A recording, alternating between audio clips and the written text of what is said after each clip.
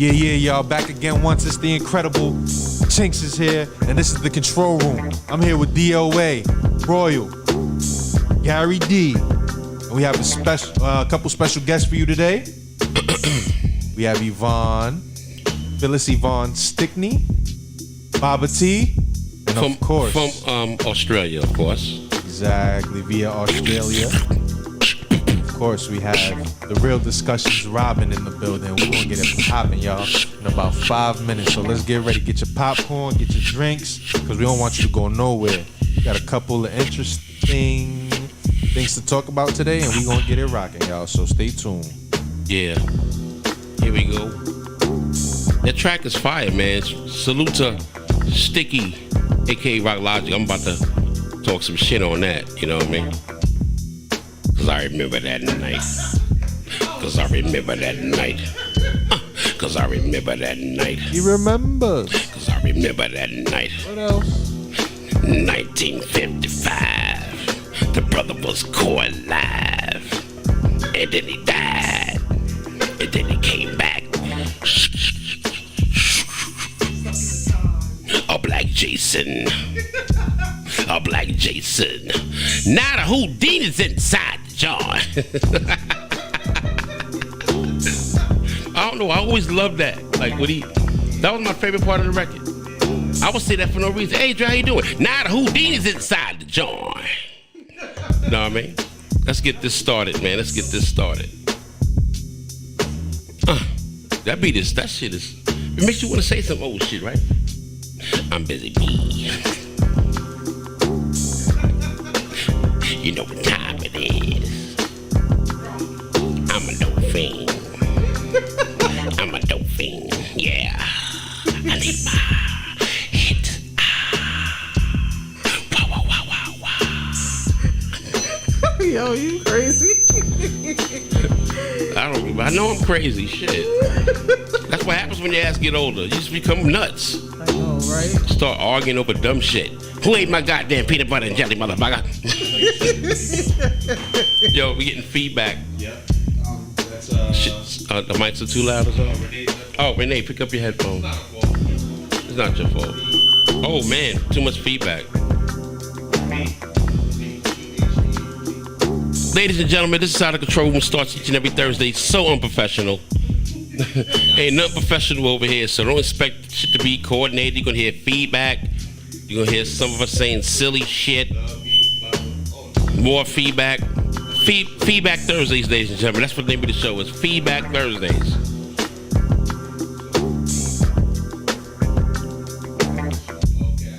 We never start on time.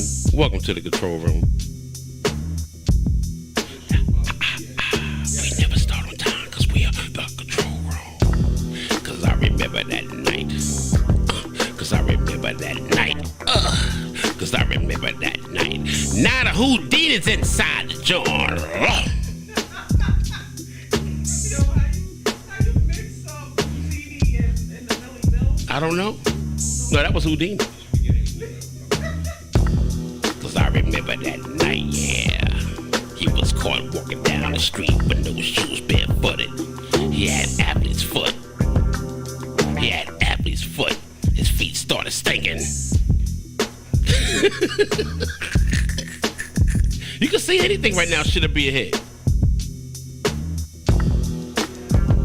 Welcome to the Control Room, ladies and gentlemen, where we don't start on time, but we're very unprofessional. Not professional. No, shine. They need to break. Dope things need to come back. Cause they be saying smooth shit. Hey, how you doing there, young man? Yeah, man. I just stole a helicopter. I got this helicopter, man. Man, I ain't really got the helicopter, but I do got the engine, man. Just give me $5. Huh? Yeah. Turn Royal's mic up. They on the subways with the shopping carts. Let's get this shit started, Jinx. With all of those cages with the animals. Oh yeah. Oh shit. I seen a homeless man. Nigga had a bird in his coat. I know. Oh, it's not funny. Nigga try to sell a pigeon. Oh, niggas thousands of pigeons out here. How you gonna sell me one? Nah, this one is special, young man. This pigeon's from Australia. Cause I remember that night. Nah, this pigeon is special, my nigga. Nah, this pigeon can talk. Pigeon can talk. Right. And then they be leaning almost to the floor, but they never hit the floor. Never.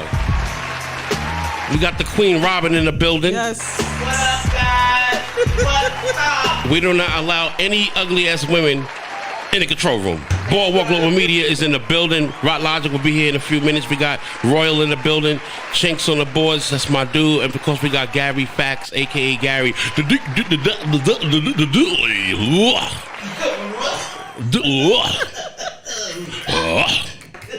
You gotta be a bad motherfucker to say that shit. That's some shit you can do, like when you whip your kid's ass. Didn't I tell you to do? You got that homework?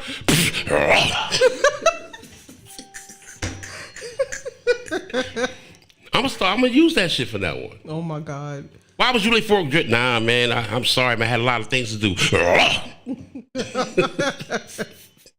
Let the motherfucker try to rob you. Give me your fucking money, bitch. I ain't giving you shit. That nigga gonna run. What the fuck was that? I gotta keep that in mind just in case next time I hammer that's in the car. That's right. That's some shit. How you break up? You can break up. Listen, love, this shit ain't gonna work with us, man. You've been coming home late. You know what I'm saying? 3:30, 4 o'clock in the fucking morning. It's over. Oh, man, welcome to the control room, man. I'm DOA, man. The darker than most, man. One of the darkest niggas in New York City, ladies and gentlemen. I may add. I'm gonna do the weather today. It's fucking raining. That's it. All right, no degrees, none of that. Just raining, nigga. Just And the traffic is bad. traffic is bad. It's all fucked up. So if you're driving, you're fucked up. You're on your way home. You will be stuck in traffic driving home. Okay, it's raining. You're gonna get wet. Ladies, if you got your hair done today, you're fucked up. Your shit is gonna get wet.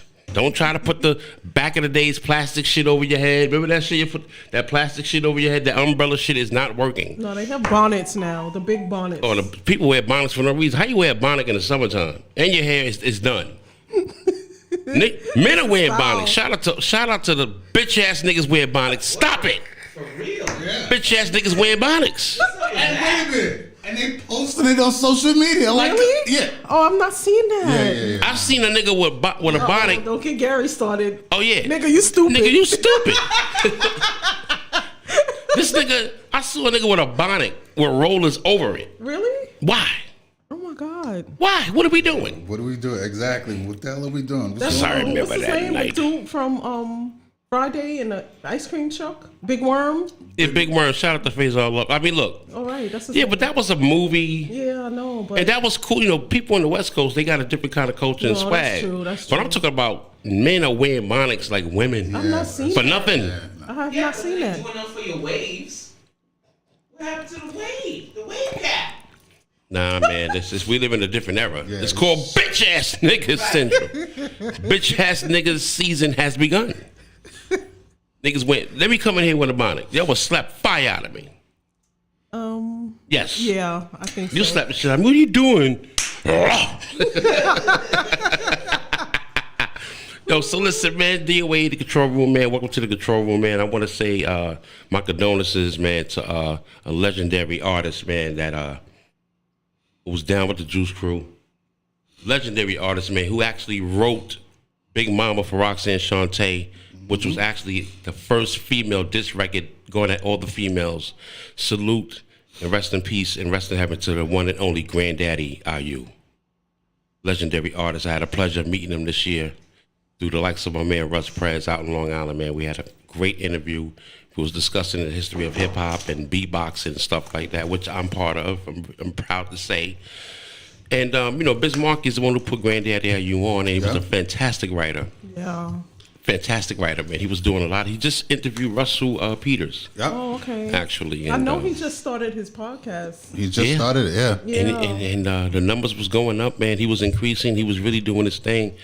Salute to my man Russ Perez, who's making a lot of things happen out here for old school artists as well, and artists that never really got a chance to break through in the industry, such as myself. So salute to Russ Perez for introducing me to the one and only legendary Granddaddy IU, and he will be missed. That was a big, huge loss in hip hop. Salute to the Juice Crew, Tragedy Gaddafi, Craig G, Big Daddy Kane, Cool G, Rap Master, Ace, Roxanne Shante, MC Shan, You know what I mean? T.J. Swan, Marley Marl, of course. That's the legacy that Granddaddy IU comes from. Actually, Houdini was actually original. Like before all of them, they met through Mr. Magic and Fly Tie. Oh, right. Okay. Yeah. Talk about it. I'm just giving you my history. I don't know shit. right. I'm just saying. So earlier when DOA was joking about Houdini, a lot of people don't know. Like they think that it was Russell Simmons that put them on because they were managed by Rush, but it was actually Mr. Magic and Fly Tie. So for those of us that came up in the 80s, Mr. Magic had probably the hottest hip hop radio show on Friday nights. Mr. Magic Rap Attack. Right, Yeah, Mr. Magic. It was the hottest, not probably. He was. Actually, he was on a WHBI. Right. Right. And then they moved to WBLS. Right. Jalil used to answer the phones for Mr. Magic. Oh, Right. wow. Right. So, and Ecstasy called up one day, and that's kind of how it. And Fly Tie was the manager. So actually, before the Juice Crew, for what we know, Houdini was actually sort of okay. I that never knew foundation there. Yeah, man. So that's some hip hop. Had a pleasure definitely. to perform for Mr. Magic's. I think it was his 20th anniversary. Okay. And it was great. Man. I had the whole crowd singing top billing. And Very actually, historical, man. Mr. Magic, speaking about one of his Mr. Rap Attack events, he did one in Coney Island. This was, early 80s. I was there when Stetsasonic won. And at the time, it was a record deal with Profile. Yeah, right. Coney Island with Wise. Yeah, but I mean, The Human Mix Machine Wise. yeah, I was there at that Mr. Magic competition where That's what's up. they had won first place, and actually Melly Mel was there too. Listen, I'm glad you brought them up. I'm gonna get Wise to call in. That's the Sonic. That's my homie. So yeah, at that Mr. Magic Rap Attack, which I think he did once a year, but he found Stetsasonic, right? And their original deal was with Profile Records. Oh, wow. The original deal with Profile Records, and actually at that same show was a little kid by the name of Chad Elliott. That used to be a dancer. Chad Elliott is one of the people that's been behind DMX when he was over at Sony. Chad is a major That executive. name sounds familiar. Yeah, Chad is a major executive now. But I remember when he was a little kid dancer, right? Wow. Yeah. So Really? Yeah. You taking me way back. I know, right? We some old ass motherfuckers. Dude, like some people don't want to talk about the real history. Like, Right, no, right. I was there for a lot of that's as how Rock awesome. say, I was there, right? I was there. Yeah, as how Rock say, so just like how he was there for a lot of things, I was there for a lot of things too. Right. Yeah. Let's go, Gary. And in the chat, we got Amanda Emerald Faith. She says, "Hey Hey, guys." Amanda. How Shout out- you doing? Shout out to Deneen Womack. She says, "Hey." Michelle D. Salute. Mitchell. She says, "Hey everyone." Hey. And we got a big shout out to Tasha. She says, "Respect family." Hey, Tasha. So Tasha.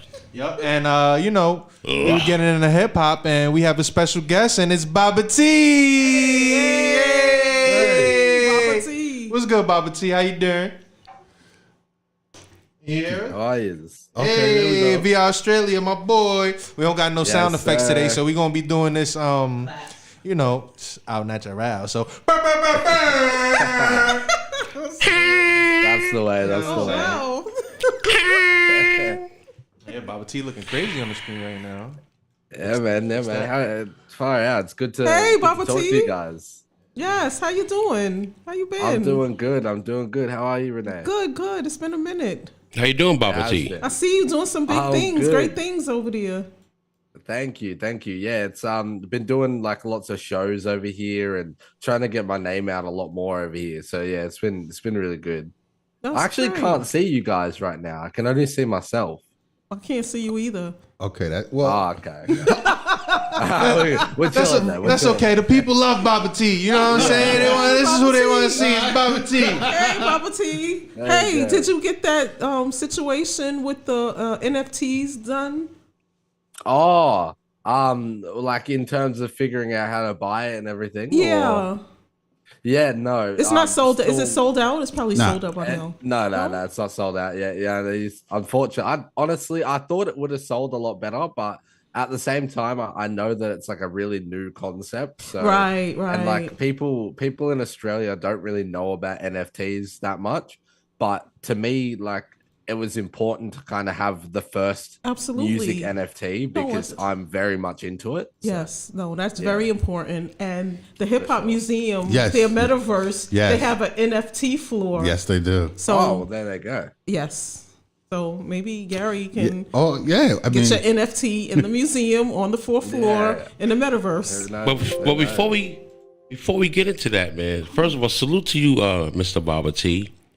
Thank you. Let the people know who you are, where you from, and what you about as an artist. For sure. So, I mean, if you guys couldn't tell already by my accent, I'm definitely not American. I'm Australian. I'm from Australia. Little place called Sydney, Australia, little city or big city. But yeah, I mean, I'm a hip hop artist. So, this year in particular, it's been a real big year. I've been out to New York a couple times. I've performed at Maria Davis's Mad Wednesdays, I think like 2 times now. Yes. And both of those performances have been really good. So shout out Yes, to they Maria were. for setting those up. What else have we done? Man, it's been such a big year. We Let's had see. a billboard in Times the Square. billboard in Times Right. Square. Yeah. it's And we huge, visited huge. the what was that studio? Oh, quad. Quad. Yes, quad. Yep. You Yeah. So- didn't y'all do something at the park when you met the photographer? There was. Oh my God, Jesus! There was a lot that we did. Okay. Yeah, it's a lot. Yeah, we did like photo shoots and stuff Right, like right. that. Yeah. But yeah, it's pretty much just been a year of going back and forth between Australia and America and just doing like heaps of content. I dropped my EP Blockchain in Right. June. Yes. Congratulations and had- salute to you. Thank you. Appreciate that. So the reception on that has been really well, and still to this day, like the numbers are still like climbing like crazy. Nice. So I'm really happy about that. And the but lead yeah. single that we had on that we have on Blockchain is "Make It Clap" featuring MC Stickney. Right. Correct. We're gonna play the And that's video. the one with him and Chinks too. Is that one? Yeah, no, that the one with him and Chinks isn't on Blockchain. Oh, okay. That was like But a yeah, separate. no. That was something separate that They have a did. lot of views though. Yeah. So Yeah, Baba that T, one went crazy. how did you as an artist, how did you get started? Who influenced you to get involved in music, if I may ask? Yeah, so I guess like growing up, my mum was always listening to like Tupac, DMX, Biggie, Nelly, like always listening to like the hip hop R&B scene. So growing up, that was always what was like played around the house. That's what I enjoyed listening to. So I always wanted to be a rapper, but like living in Australia, I just thought, oh, there's no, industry for it. There's no route I could take. And then about 2019, I started a business where I was like interviewing people in the rap scene, and I made a lot of connections. And the Australian hip hop scene was starting to grow, and there were like a lot of eyes coming like internationally. And Kid Leroy, who's a big Aussie artist who's now like massive, he was coming up at that time, and he was getting a lot of traction. And he was just a kid, right? He was like 14, 15. So I thought to myself, if he can do it, then why can't I? So it took me a little bit to kind of fully commit to it and like realize that this is what I want to do, like 100%. But in like mid 2020, I fully committed to making music, and I was like, this is what I want to do. I'm just gonna grind this. I'm gonna teach myself how to do this. I'm gonna make it. So yeah, I mean, since mid 2020, I've been dropping music. I think my first song dropped October 2020. And so yeah, that since then it's just been it's been crazy. What was the name of that single that you dropped? So that single was called Supposed to Do.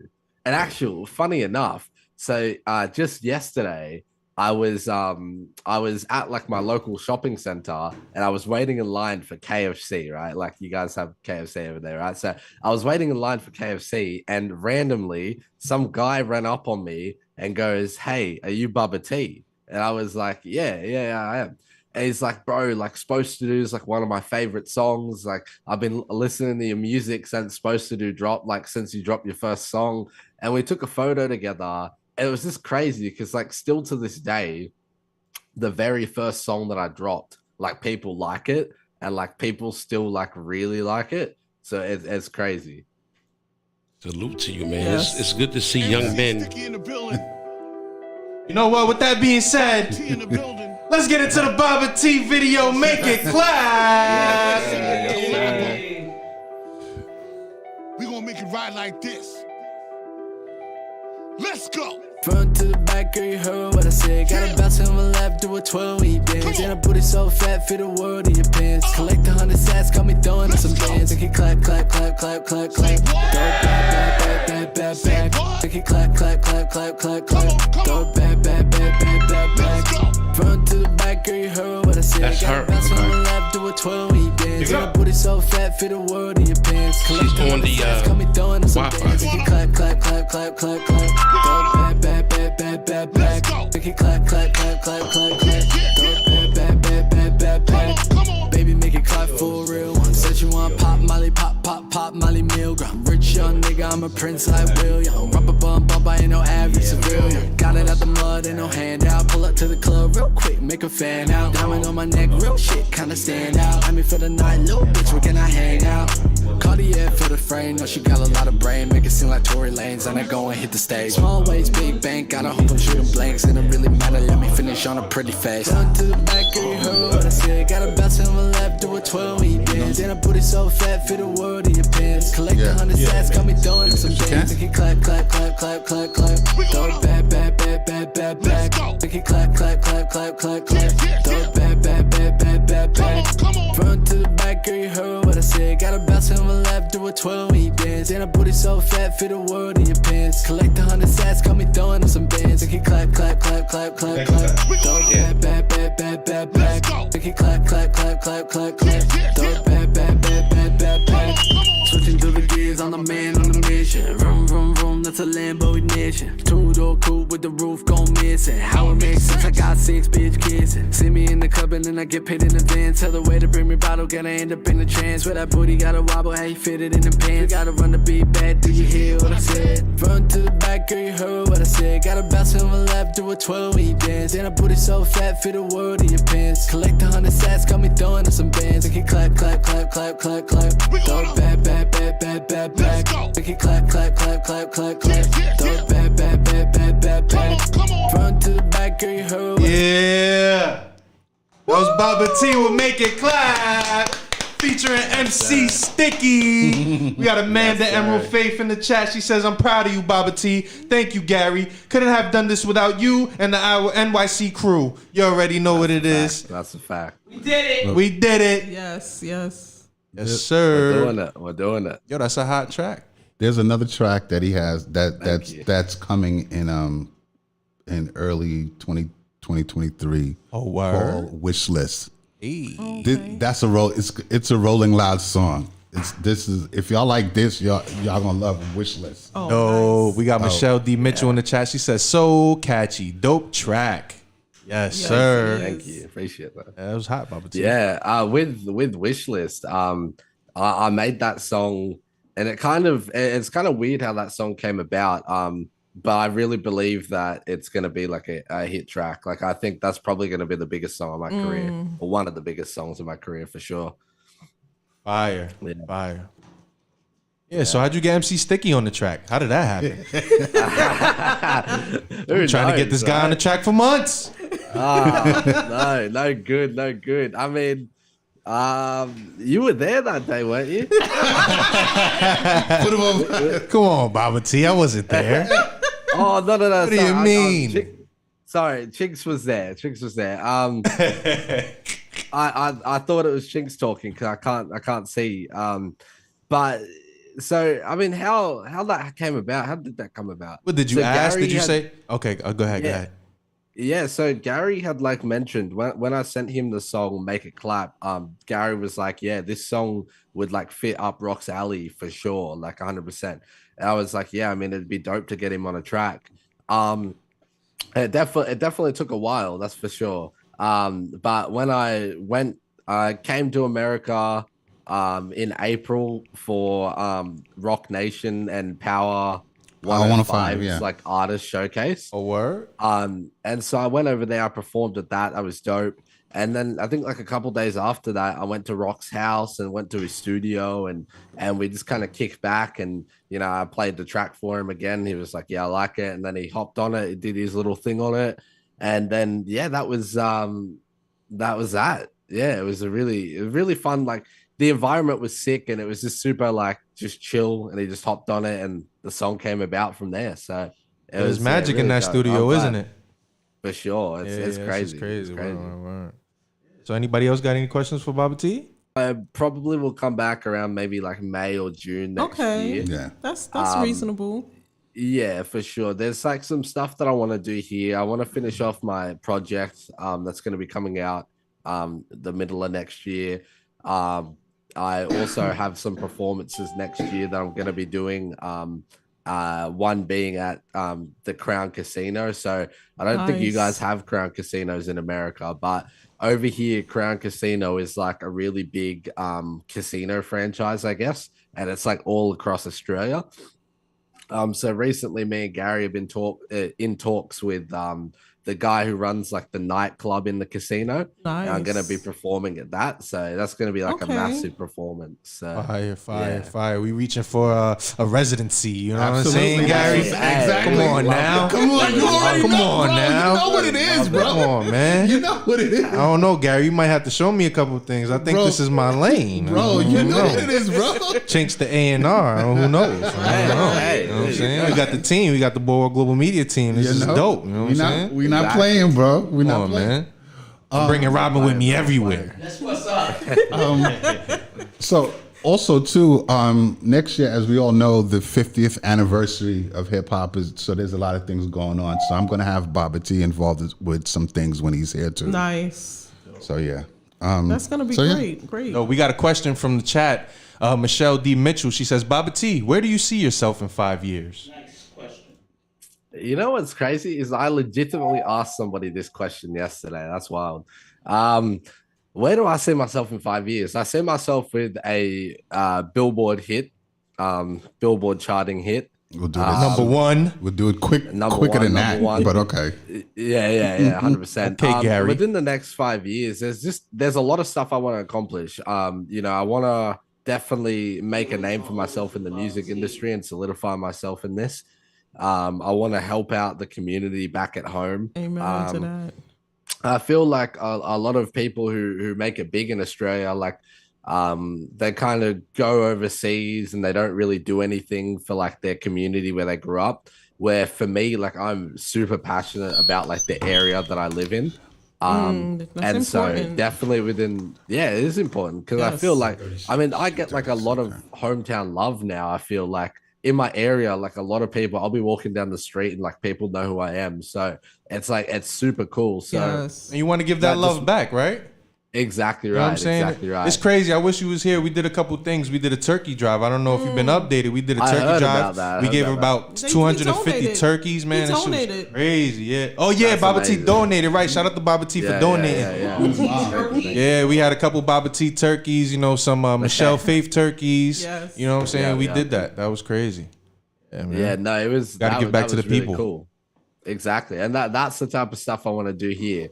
Definitely give back and go into schools as well. Schools is like a Nice. big thing and teach like not necessarily teach music, but do like a music workshop maybe or Right. something. Because when I was in high school, my teacher told me I couldn't do music as a Wow. career, and now look. And look at so, you. yeah. Wow. So yeah. I definitely want So- to be like a beacon of hope to kids for sure. Yeah. No, that's, Oh, okay. that's good stuff. Good Yeah, so Michelle says, yes, you will get everything you desire. Much Yes. love. You have a good spirit. Keep being Right. you. Yes. Gary? So we're gonna wrap things up for now, but hold on because we have a fantastic interview coming on with Phyllis Yvonne Stickney, the Empress of Entertainment. So hold on, and we'll come back to you later. So we want to get to her. Cool. All right. I'll be here. I'll be listening. Thanks a lot, Baba. All right. Thank you, Papa That's all T. good. Thank you, See you in guys. a I bit. appreciate Good, that. great hearing from you. Keep up the good work, brother. Thank you. You too. You All too. right. And that was Baba T, y'all. You know what I'm saying? And it was a great guy. We did a track together. It came out dope. We Yeah, got y'all got a lot stupid of views views. in the Yeah. video. Hell We shot yeah, a yeah. video. Rock was the director. It was crazy. It was like 15,000 views in like 3 days. Yeah. Oh my. yeah. Oh my, I have never. What's up, DOA? It became the Shank Show. This ain't the control room no more. It's the Shank Show. I'm just sitting back watching. Right. Give me a beatbox. You in control, nigga. I'm shut the fuck up. I said, give me a You know I'm a real beatbox. nigga. I'm not saying shit. I'm just gonna sit back and let you do you, nigga. I ain't got no questions. Fuck DOA. What you mean, Sit the right? control room. You said it. Oh shit. This is the Shank Show. You see what I gotta go through, Robin? You're insubordinate. You see, I'm insubordinate. It's Shank Show. Insubordination. You insubordinate. What they used to give in the cards? That's the word of the day. Unsatisfactory. You got the bingo card. Oh my god. Oh my god. Do you guys think I'm insubordinate in the chat? You know, it's okay.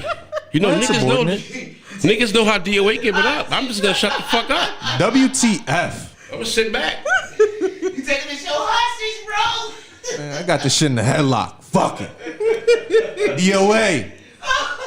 I ain't shit. I'm just a nigga with a suit. I asked some questions. Niggas do videos on and shit. Fuck DOA. Come on, man. I'm just a button pusher. You know, My light skin dude. you know, Come on, man. you know. I'm just here, nigga. What the fuck? I remember that night. All that shit. I ain't shit. I had questions and shit. Niggas do videos on and shit. Just fuck DOA. Tag me in later. Disregard me. I ain't shit. It's just the control room. Shit is out of control today. Gary looking upset because I speak my mind. I don't give a flying brand new fuck. It's the fourth quarter, nigga. So listen, in the chat we got Just For Nisa and Kayla Jackson. She says, peace and blessings all. Keep reaching for the stars, kings. Thank you. She doesn't think I'm insubordinate, DOA. I don't give a fuck what she think, nigga. What the fuck? Your show. She will disagree with you. What the fuck are we doing? Yo, what's up? I can't do this alone. Come on now. Nah, nigga. You got it on lock, nigga. You wanna roll? Hilarious. I love it. Nah, nigga. You wanna roll, nigga. Damned if I do, damned if I don't. Nah, they got nothing to do. Hey, we good. Fuck it, my name is DOA. Fuck it, nah. No, that's the Fat Boys, nigga. Oh shit. Fat What the fuck? Yeah, boys. what's up? What's your name? I'm hungry. I'm just sitting back watching. You know? Shout out to Baba T. I had a couple of questions for the nigga, but the video dropped it.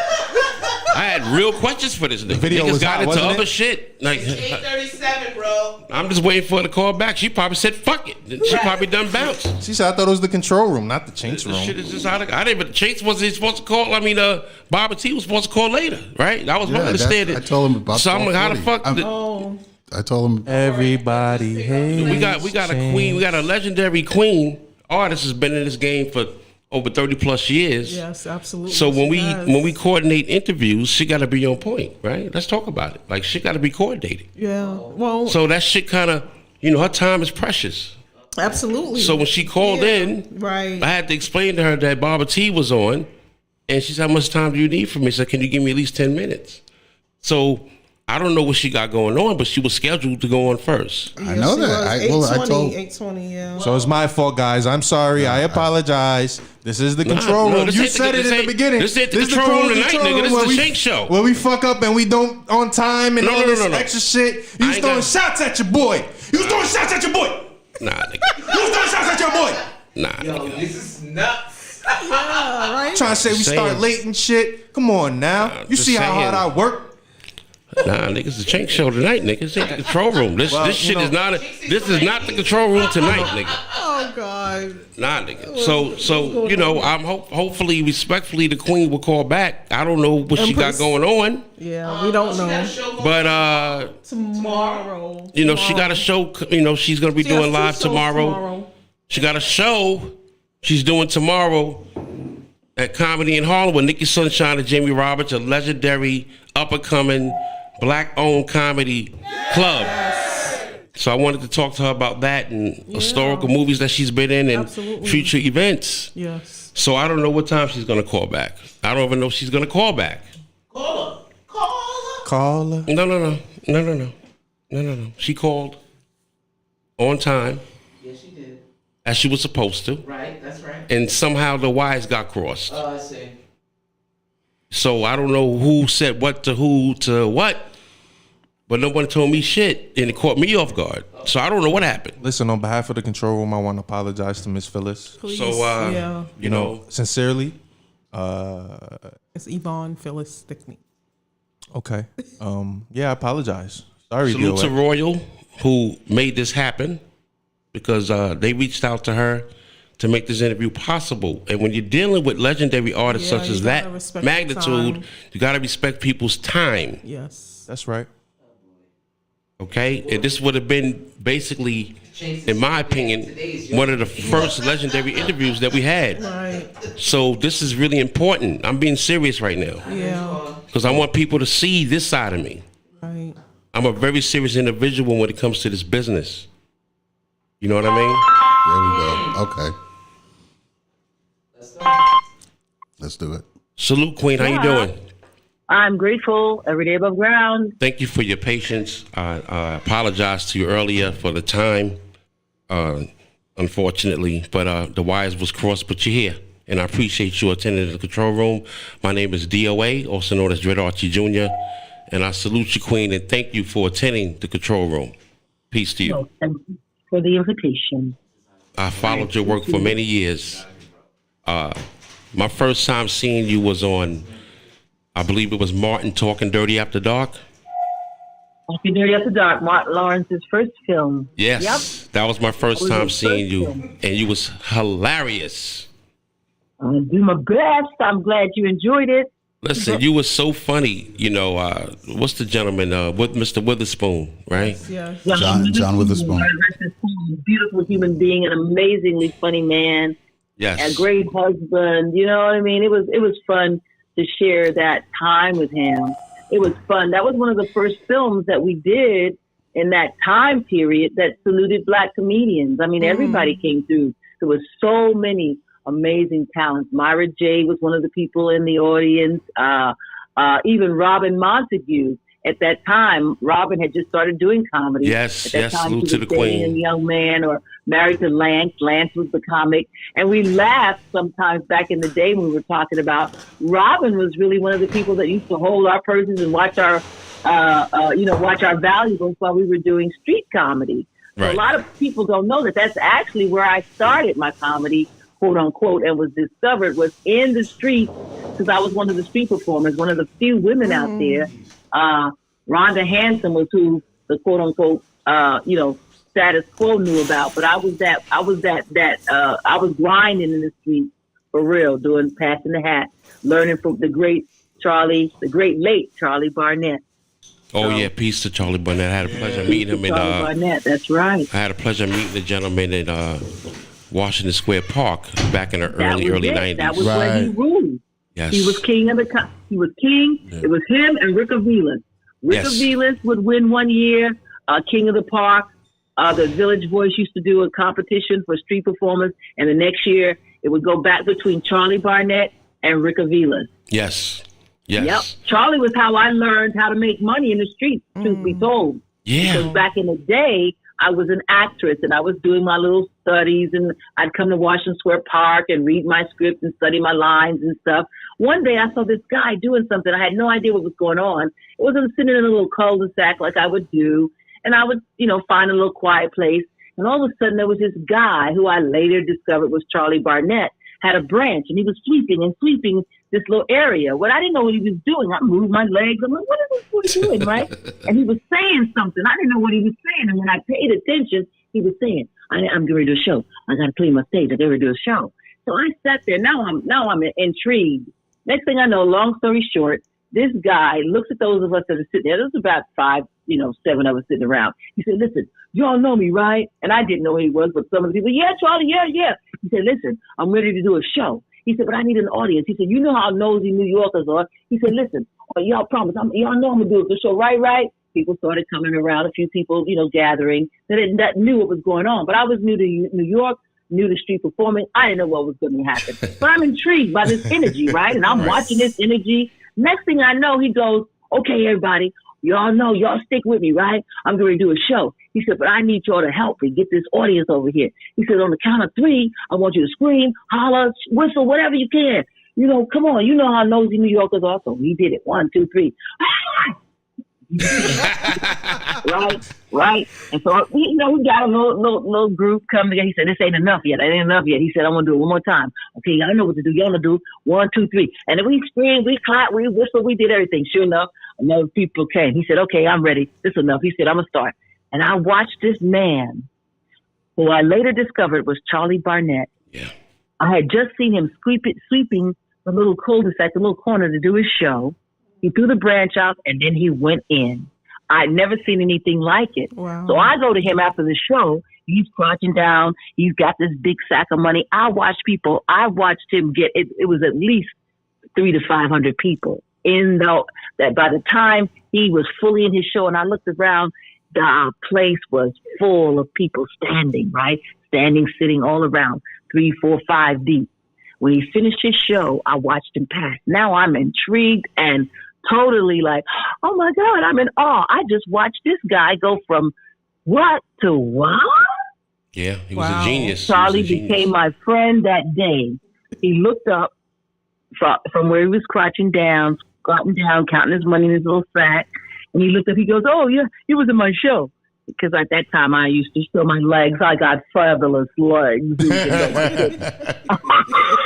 At that time I still, I wore things, quote unquote normal people stuff. Long story short, he said, and people were coming around, and I watched the great man. I just seemed to become very humble and very meek, and I went, wow. And so he looked at me and says, "Hey, what are you getting ready to do?" Because people would come in, and I realized what a soft soul he was. Because people were, "Hey, yo, Charlie, let me hold $5. Let me hold this." So he said, "Come go with me," and he left the park with me. And we went over to Christopher Street, walked through Christopher Street to the west side to a place called Silver Dollar. It was a diner. Yeah. And remember that? Yep. Back in the day, Silver Dollar. Yep. And that's when I realized that he had a male lover. Who knew? Oh, well, okay. Oh, wow. Bomb has just been dropped. Boy, really good. Oh, now I know your secret. Now I know your secret. But he became my teacher because I watched everything he did and how he turned nothing into an amazing performance, and how he had the people stop and watch his show. And the most exciting show for me was the first day that I did a show in the streets, and Charlie was in my audience. Wow. And I was like, Wow. That's an amazing story. It really is. Yeah. I got to tell you, Charlie used to perform at the World Trade Center. He used to perform there too. Did. Yeah. Yes, he did. And I was working. One of the few greats, man. Yeah, I worked at the World Trade Center, and during lunchtime, he'd get out there, and the one thing that I remember about him that was so odd is he had the biggest fingernails on the planet, right? Now look, what you just said. Let me just tell me how much I knew this guy. So I always say to Dave Chappelle, I always say about Dave, and the couple times that we've talked about it, I said, look, you can't do a film about Charlie Barnett without consulting me. Because none of you niggas was there. I was there. That's right. That's the famous word. I was there. Phyllis was there, darling. I was there. That's right. I was there. I remember when I used to tell Charlie, don't you come out here. He became my family, because look what happened. From that day, when Charlie would collect from then on, he gave me his tokens. He would give me all his tokens. So I found out about him being from Roxbury. I found out about his relationship with his mom. But you see, what happened was that last digit of his fingers was like a spade. It looked like a spade, right? Right. But that was heart disease. Those people, when you see people with fingers like that, that's indicative of heart disease, right? Wow, I didn't know that. I didn't know that at that time. But he became my little brother. He became my friend and my family. So I used to get on him all the time. He lived in a place called Hotel Christopher that's now all she. But then it was like a SRO, with it was not what we later found, when it became later. Right. But that's where he lived. And I used to always tell him, Charlie, if I see you one more time and your face ain't washed and your teeth ain't brushed, I'm going to kick your ass. Right? So I became like his mom, It was just an amazing relationship. I miss him every day. And I thank him because Charlie Barnett taught me how to make money and be funny in the street. So I start talking SHIW, you know what? Because I would tell him, look, y'all, okay, Eddie and everybody, all the comics that was in the comedy club, Bill Bellamy, all of them, I would talk stuff. I say, listen, you all up there in a comedy club where they came and they paid to see you. No, I do it in the street. I make them stop, stay, then pay. Wow. That's, mess with that. Talk about it. Stop, stay, and pay. So I didn't have no fear. When I would get to stage, I didn't have no fear because that's where I cut my teeth. Was in the street. Wow. You got the derelicts, you got the crazy, you got the mental patients, you had everything coming to the park. So you had to be on top of your GAME. It couldn't be no little oops, like, all of a sudden what happened to the game. People was working for $15. All of a sudden, everybody was a comic. And I was like, when I started, you had to have jokes. Yeah. Yeah. Right? Yeah. Your chops had to be up. You talk about your P and they D, it wasn't that funny. Right. That's right. You in the blanks. You all know what I'm talking about. Yeah. I have a question. How did you end up in your role in New Jack City? Oh, man, New Jack City, listen, I tell people, listen, they got to come to the show tomorrow. I'm telling all my I'll be secrets for the there. ones. I'll definitely be there. I'm telling some of my secrets. I can't tell y'all. I'm going to tell y'all. You know how this comedy game is. Look, I can't tell them everything. Right. But I got to tell them some things so they know. No, for real, how New Jack City happened. Look, here's the deal, man. Because a lot of people, see, I'm talking trash now. Mama ain't here. They can't get up with my mama. Right. I talk trash, cash trash, as my dad would say, right? Right. So the deal was, I was out in out in Cali with George Jackson, God rest his soul. He did Disorderlies. That was one of the movies that he produced. Right. And so Beach Street was one of the shows that he produced with a man named Doug McHenry, right? Mm-hmm. So these two men were doing New Jack City. And there was a writer, Michael Cooper. So I was hanging with them in L.A. at Warner Brothers all the time, every day. We was thick as thieves. So now we're talking about the movie, and I'm going to be in the movie. But check this. The role that I was supposed to do was Pookie. You weren't going to know Pookie. You got to be kidding me. Now we get in fact. You were supposed to play Pookie? Now you get in history. I'm going to play Pookie. Check it. Hold up. Hold yourself. Hold your water. So what was happening is you wasn't going to know Pookie was a girl until the scene where she fell off the bike. Then you were going to know Pookie was a girl. Bam. Wow. So put a pin in that. Yeah. So put a pin in. So I'm excited. I'm like, this is gonna be my come up right here. Everybody's gonna know not only am I an actor, but I'm funny as you know what. Right. As the kids say, AF, I'm funny AF, right? Right. So bam. Next thing I know, I don't hear from Doug and George, who like every day we hang. Next thing I know, I'm in New York City hanging out where, I lived in Harlem for a long time. And so I get a call from my people. And they were like, yo, Miss S, they doing a film down here. I said, doing a film? What film? They on 145th Street. Come on down. Wesley, da-da-da-da. I'm like, what? So now I'm listening. I'm going, this sound like the film New Jack City. So here's how Miss Stickney got in the film.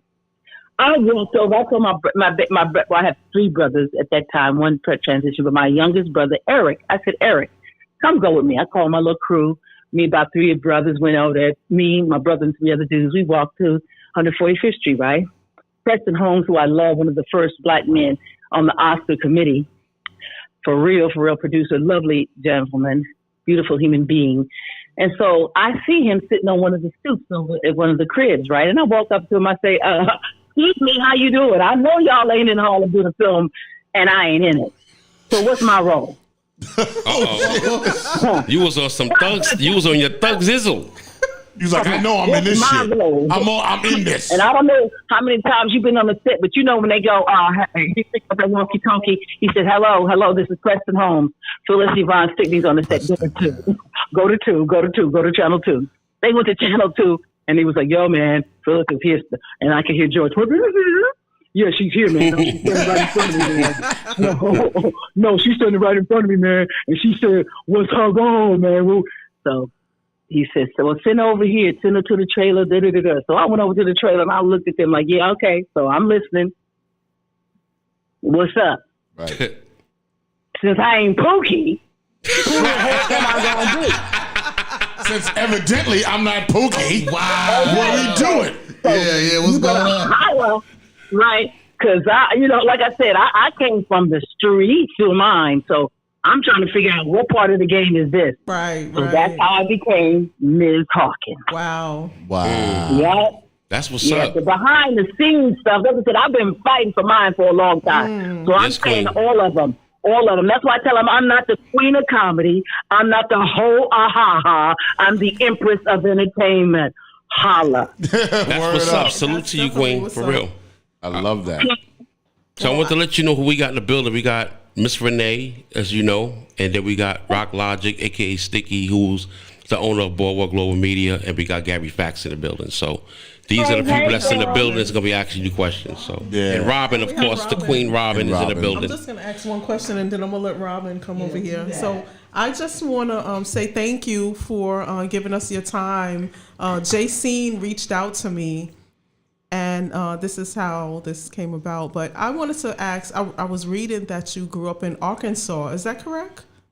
I was born in Arkansas. I grew up on the road. I used to move. We moved an average of every year and a half until I was a senior in high school because of my father's work and his proficiency in his work. He worked for the YMCA. Okay. And so he went from a program director, a camp director actually, to a program director, to a branch director, to an executive director, and that's where he retired. But that's how he fed the family, was his work and his ability to raise funds and develop programs in the community and change the lives of many people, many youth throughout this country. So I was born in Little Rock, Arkansas, but I never grew up there. That was where I spent all the summers. You know what they did with us back in the day. Right. Ship your butt down to Big Mama house for the summer. So I was born in Little Rock, Arkansas. I'm currently doing some stuff down in Arkansas in the Delta to try to bring the quality of entertainment and education for artists to bring it, because there's a lot of talent there that doesn't get seen down in the Delta. So, that's where I was born, and I grew up Dallas, Texas, Wichita Falls, Texas, Port Arthur, Texas, Kansas City, Missouri, Wilmington, Delaware, and then I went to see the world, on my own. So how did you know you wanted to get into entertainment and become an actress or a comedian? My decision, or how I would say it found me, it was what saved my life. It was the only thing that made me make sense on the planet. I didn't make sense anywhere else. I didn't make sense. The way I thought, the way I saw things. I've always been funny. I grew up the middle child for the first, I would say, 13 years of my life before my brothers were born. It was my brother, my older brother, who's now an ancestor, then myself and my sister. We were the three musketeers. Right. And then I said to Mama, she got bored, and then she decided to have Timothy and Eric. I was like, yo, Mom, what's up? She was working. I like the way you worded that. I like the way you worded that. That was cool, the way you worded that. That was cool. Yeah, man, but that was me. I was always the clown. I figured, okay, when you're in that situation, the first one, he's a boy, and it's look at that, our son, look at he's and then my sister was the baby. Oh, the baby, that's so cute, that a baby. Right. And here I was in a Miller. You know what I mean? I was one of them Miller babies, and I was just trying to go, hey, y'all see me? Right. So my personality really developed out of that. I was always, going to make you laugh. I was like, okay, if I can make Mama laugh, she ain't going to be able to whoop me. If I can get her to laugh, she can't whoop me, because Mother was the disciplinarian. She was the one that, if Daddy whooped us, Daddy was 6'4". He would come in, grab you with one arm and hold. You'd be dangling in the air while he was wailing on the tail. Right. So it was like I didn't want him to get me because I couldn't get away from him. But Mama, I could, I could run, duck, hide, cry as soon as the belt would be in the air. I'm falling out, But I learned how to get some whoopings, man. I was that child, so I would say that my parents were at that time, for the generation that I was growing up, for them to put me in ballet. There was no little black girls in ballet back in the day. Right. Put me in gymnastics. There was no little black girls in gymnastics. You know what I'm saying? Right. I studied the violin. I studied the viola. I studied piano. But it was really just trying to find out, what can we do with this little one right here? Right. What we gonna do? So they gave you exposure. Right. So they gave me exposure. And plus it was a time when my schools were only, if it was 3 black people in the school, it was me, my brother, and my sister. You feel what I'm saying? Right. So I grew up in that kind of environment, which I appreciated. At that time, it was interesting because I was not only weird to other black people because I talked like a little white, I talked like a little white girl. Right. At that time, I spoke the King's English, standard American. And so it was like, Benifa and them, they didn't understand what you meant. I talk property. That's what he said to me. Oh, she talks property. Oh, she said daddy. So I learned that the way I spoke alienated me from people. Yes. So my ability to do voices and dialects came from my need, my desire to just fit in. So I wasn't always going to be that one sticking out like a sore thumb because I spoke differently. So I would show up, I listened how the people talk, and that's how I was going to talk. However they talk, that's how I was going to talk too. You know what I'm saying? So I wanted to ask you, right? Because for me, hip hop is what saved my life, right? Hip hop saved your life. And up until I was 10, I wanted to be a brain surgeon, right? And then I saw someone DJ, and I was like, now I want to be a DJ. So what I wanted to ask you, and just so you know, in hip hop, I have 11 platinum records, 5 gold records. I did some beat pay, my dude. I read some beat pay, yo. I know what I'm talking to, yo. I understand. History on the phone. Yeah, I made a record called "Shake What Your Mama Gave You," a little song, Yeah, you gave us a lot of stuff, man. You've been representing for a while, and when the museum comes up, that's why you're a part of it. You know what I mean? That is why I'm part of the museum. That people are making that part of our life and that music and that culture. You see what I'm saying? It's turned into I remember when we had Arrested Development, when it was KRS-One, right? When it was information. Yeah. It was information. It was food for the soul that was being dropped. The lyrical content was what it was. Solid and nasty and fire. All of it was going on. So I wanted to ask you, what did you want to be before you decided you wanted to be an entertainer? I want to be loved. Wow. There you go. That's what's up. I like that. I just really feel there's a whole lot of love that we don't, and I'm talking about love without an X or a K. I'm gonna let y'all marinate on that for a while. That's right. I got it. I'm talking about love without an X or a K because we got it confused. That's why Ma had to come back. Queen Mother had to come back because some of the stuff has gotten a lot of convoluted. I'm not feeling wretched. I don't think that we breeding hoes now. What we breeding hoes. Yeah, believe that. Unfortunately, I'm trying to bring a little class back. So for me, this whole thing was for me. It was theater that saved my life. Theater saved my life. Comedy saved my pocketbook and my sanity because I could just be there and be me. Comedy was the only place that I could talk about what I want to talk about. It was not scripted. It wasn't in other writer's words. It wasn't a play because I could do that too. But comedy was just where I could live and be okay with me. Being yourself. Yeah. So what was your very first performance? Oh, that's deep. That's funny. The first performance was April 1st, and it was not a planned event. At that time, I was producing at a theater in Harlem with a man who was my teacher and mentor in theater, Roger Furman, who's now an ancestor. And it was the day that Marvin Gaye was killed. The comic that was supposed to come up from D.C. was just too emotional to come up. Roger Furman came into the venue and looked at me and said, I need you to go on stage. I said, what are you talking about? He said, my comic is not coming Marvin Gaye, and we were all kind of torn up about it. But the show, as we know in theater, must go on. Right. Right. So the show had to go on. So Roger Furman put me on stage in the place of his comedian. And that was actually the first official time that I did comedy. Wow, amazing. Give us some claps for that. I don't have claps on this thing. Well, let's clap. Yeah, we'll clap now.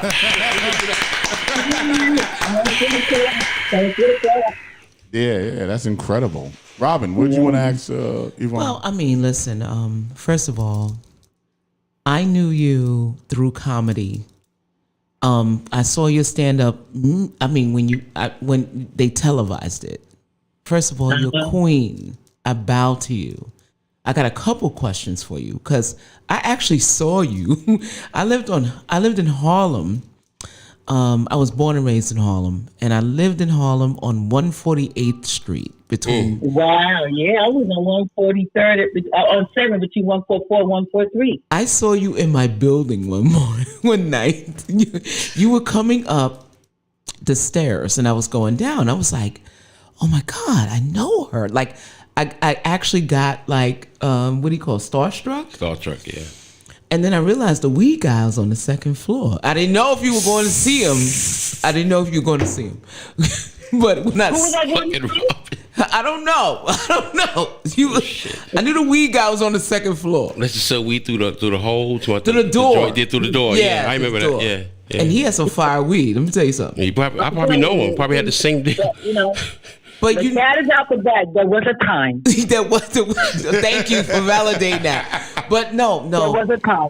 Well, everybody got their time now, girl. This Queen Empress. Let me tell you something. You were the first person, and all black women have this issue with their hair. Mm-hmm.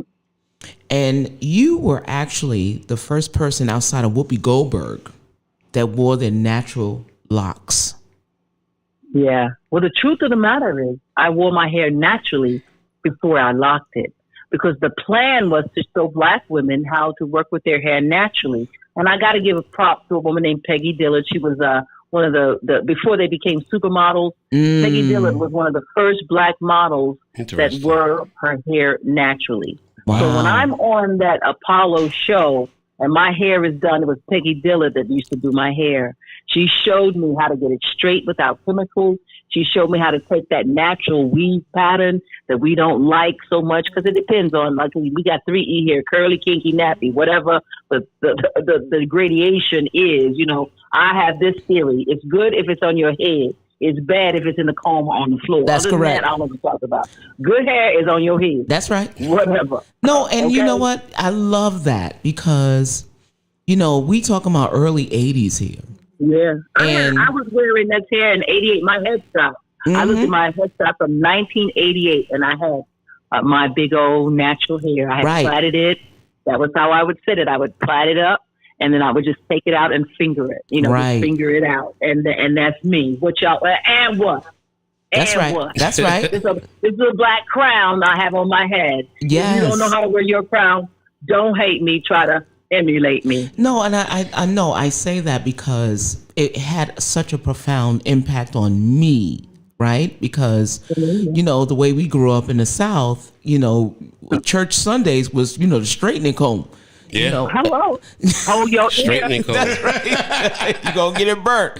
And you can smell the burnt, right? And get that raw crown. Yeah. For 60 P. Yeah, that's what right. You talking about? That's, I know. So, The magicians was getting that head straight. Oh, yeah. I want a hard press.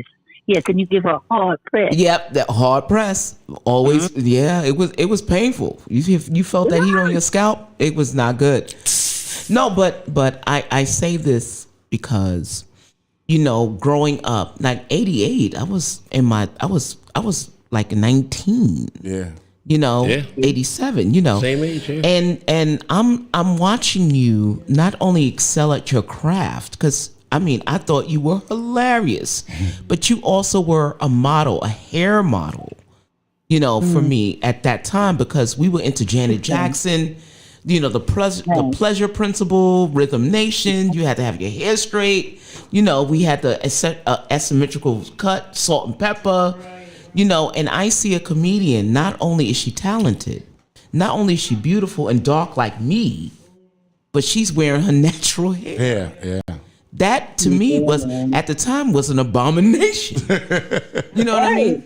You know, being those three things. It was a choice. It was a choice, beloved. Trust and believe. It was important for me because what I say, if a picture is truly worth 1,000 words, then every time they see me, every time they saw me, because I understood what the status quo was. I had read Donald Buckle's book about coons, black mammies, bucks, and mulattoes. So I had experienced the whole casting, you know, if you were of a certain hue, you know, you was going to play mammies, and I wasn't going to gain weight to be fat and play a mammy. That wasn't going to happen. Did you play in school days? Every time you saw me, regal and majestic. That was my decision. Oh, I don't want to talk about it. I'm going to show you what I'm talking about. So I just tried to show up every time to represent the black woman in her best possible. Yeah, you understood the assignment because you not only wore your hair natural, but you tied it up in kente cloth, right? Mm-hmm. And I tied it up in African fabric. Yes, absolutely. Yeah, that was absolutely an FU to mainstream, you know, and that's when I knew that you were different. That's when I knew, you know, you were embracing all aspects of black culture. You did it without even saying anything. That's what I'm telling you. And I'm telling you that from me to you, it was a defining moment for me as a black woman at that time. You know, look, Harlem was all about, you know, drip. Harlem was all about, Harlem you know. was Harlem. No, Harlem was about, you know, you had to look a certain way. And yeah, let's keep it 1,000. Let's keep it 1,000. We're going to take the gloves off for a moment because here's the reality. We still were color struck. There are many of us today who are still color struck. We still walking around talking about, she's fair skinned and that's light skin and all that. Yeah. Let me understand. What am I unfair skinned? What do you mean? Oh, fair skinned. And my dad taught me that. Is that so? That I mean I'm unfair? Right. So I kind of, you know, my father didn't. We were all richly melanated. That's what I like to say. I'm not dark skinned. I like that. Melanated. Absolutely. I thank my sister, Dr. Kamal, for that. Richly melanated. We ain't doing dark skin. We ain't doing all that. Right. No. We're going to say what it is. It's melanin. The melanin is what makes us great. The melanin is the key to our greatness. The one thing that makes us special, unique, and powerful is the one thing that they wanted us never to embrace. That's correct. And once I came up with that key and that science, I was living it. I knew that I had to live it. I had to breathe it. I had to be it. And I had to love it because it could not be, it wasn't fake. It wasn't just something I put on just when it was time to go outside. Right. It was my lifestyle. Right. And so making it my lifestyle, it was something that you could feel. When you see me, I'm proud to be richly melanated because I know what melanin is. I know that it's intelligence. I know that it has odor. I know that it has been studied more than anything else right now. I know, for example, that melanin is worth more than gold on the stock market. Yeah, we talked about that too. Yeah, we did. Yeah, we talked about that as well. Yeah, and I'm just wondering. I love this conversation. No, just one last question. I love this conversation. You know, working as an actress, I'm not an actress by any means, but I've done some extra work. You know, and they have a certain look. You know, for Go ahead, certain people. Just say it. Just say it. I mean, I was cattle, I was sheep, I was background, and they picked people that they want. Atmosphere. Right. I was the decoration on the furniture. I was the pillows on the pillow. You know, on the sofa. I'm saying it's just decoration. So, question to you now is, well, I have two. Then now I got two. Sorry. I love it. Were you turned down for roles because of your triple threat of your melanated status? Oh, absolutely. More stories, darling. More stories. Absolutely. Let's go. Wow. More stories. So I'm going to call this name because I think it's an atrocity. and I'm calling her out. I used to say, I'm not going to name names. It's 2022, baby. We made it through the pandemic. I'm over 50, darling. Hey. Control room, drop it. We My don't care. career is my career. You can't take back none of what I've done. That's it. So let me tell you one of the most painful things that happened, but it's hilarious to me because I look at her now, like, and go, oh, really? Oh, really? Oh, really? So here's what it was. There's a movie called, are you ready for this? A Rage in Harlem. No. Remember that movie, A Rage in Harlem? Yes. Okay. Hold your horses. I was supposed to be in that movie. Is right? that the one with Robin Givens? Yes. That's the one with you called a name I didn't. So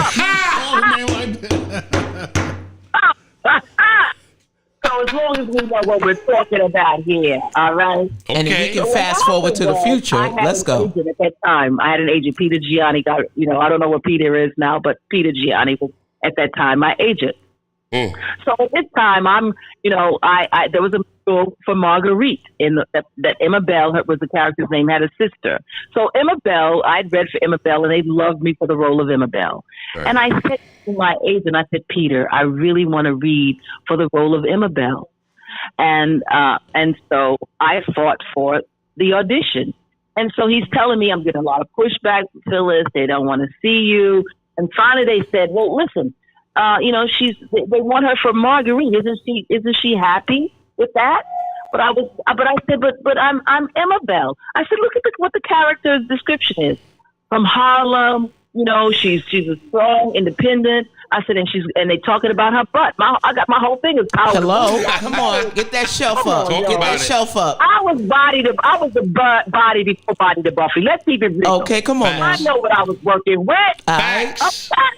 I was a dancer. Okay, I danced, and I don't mean on the pole. I'm talking about I took ballet, I took modern, I took. Oh, so that shelf was shelving. That shelf was shelving.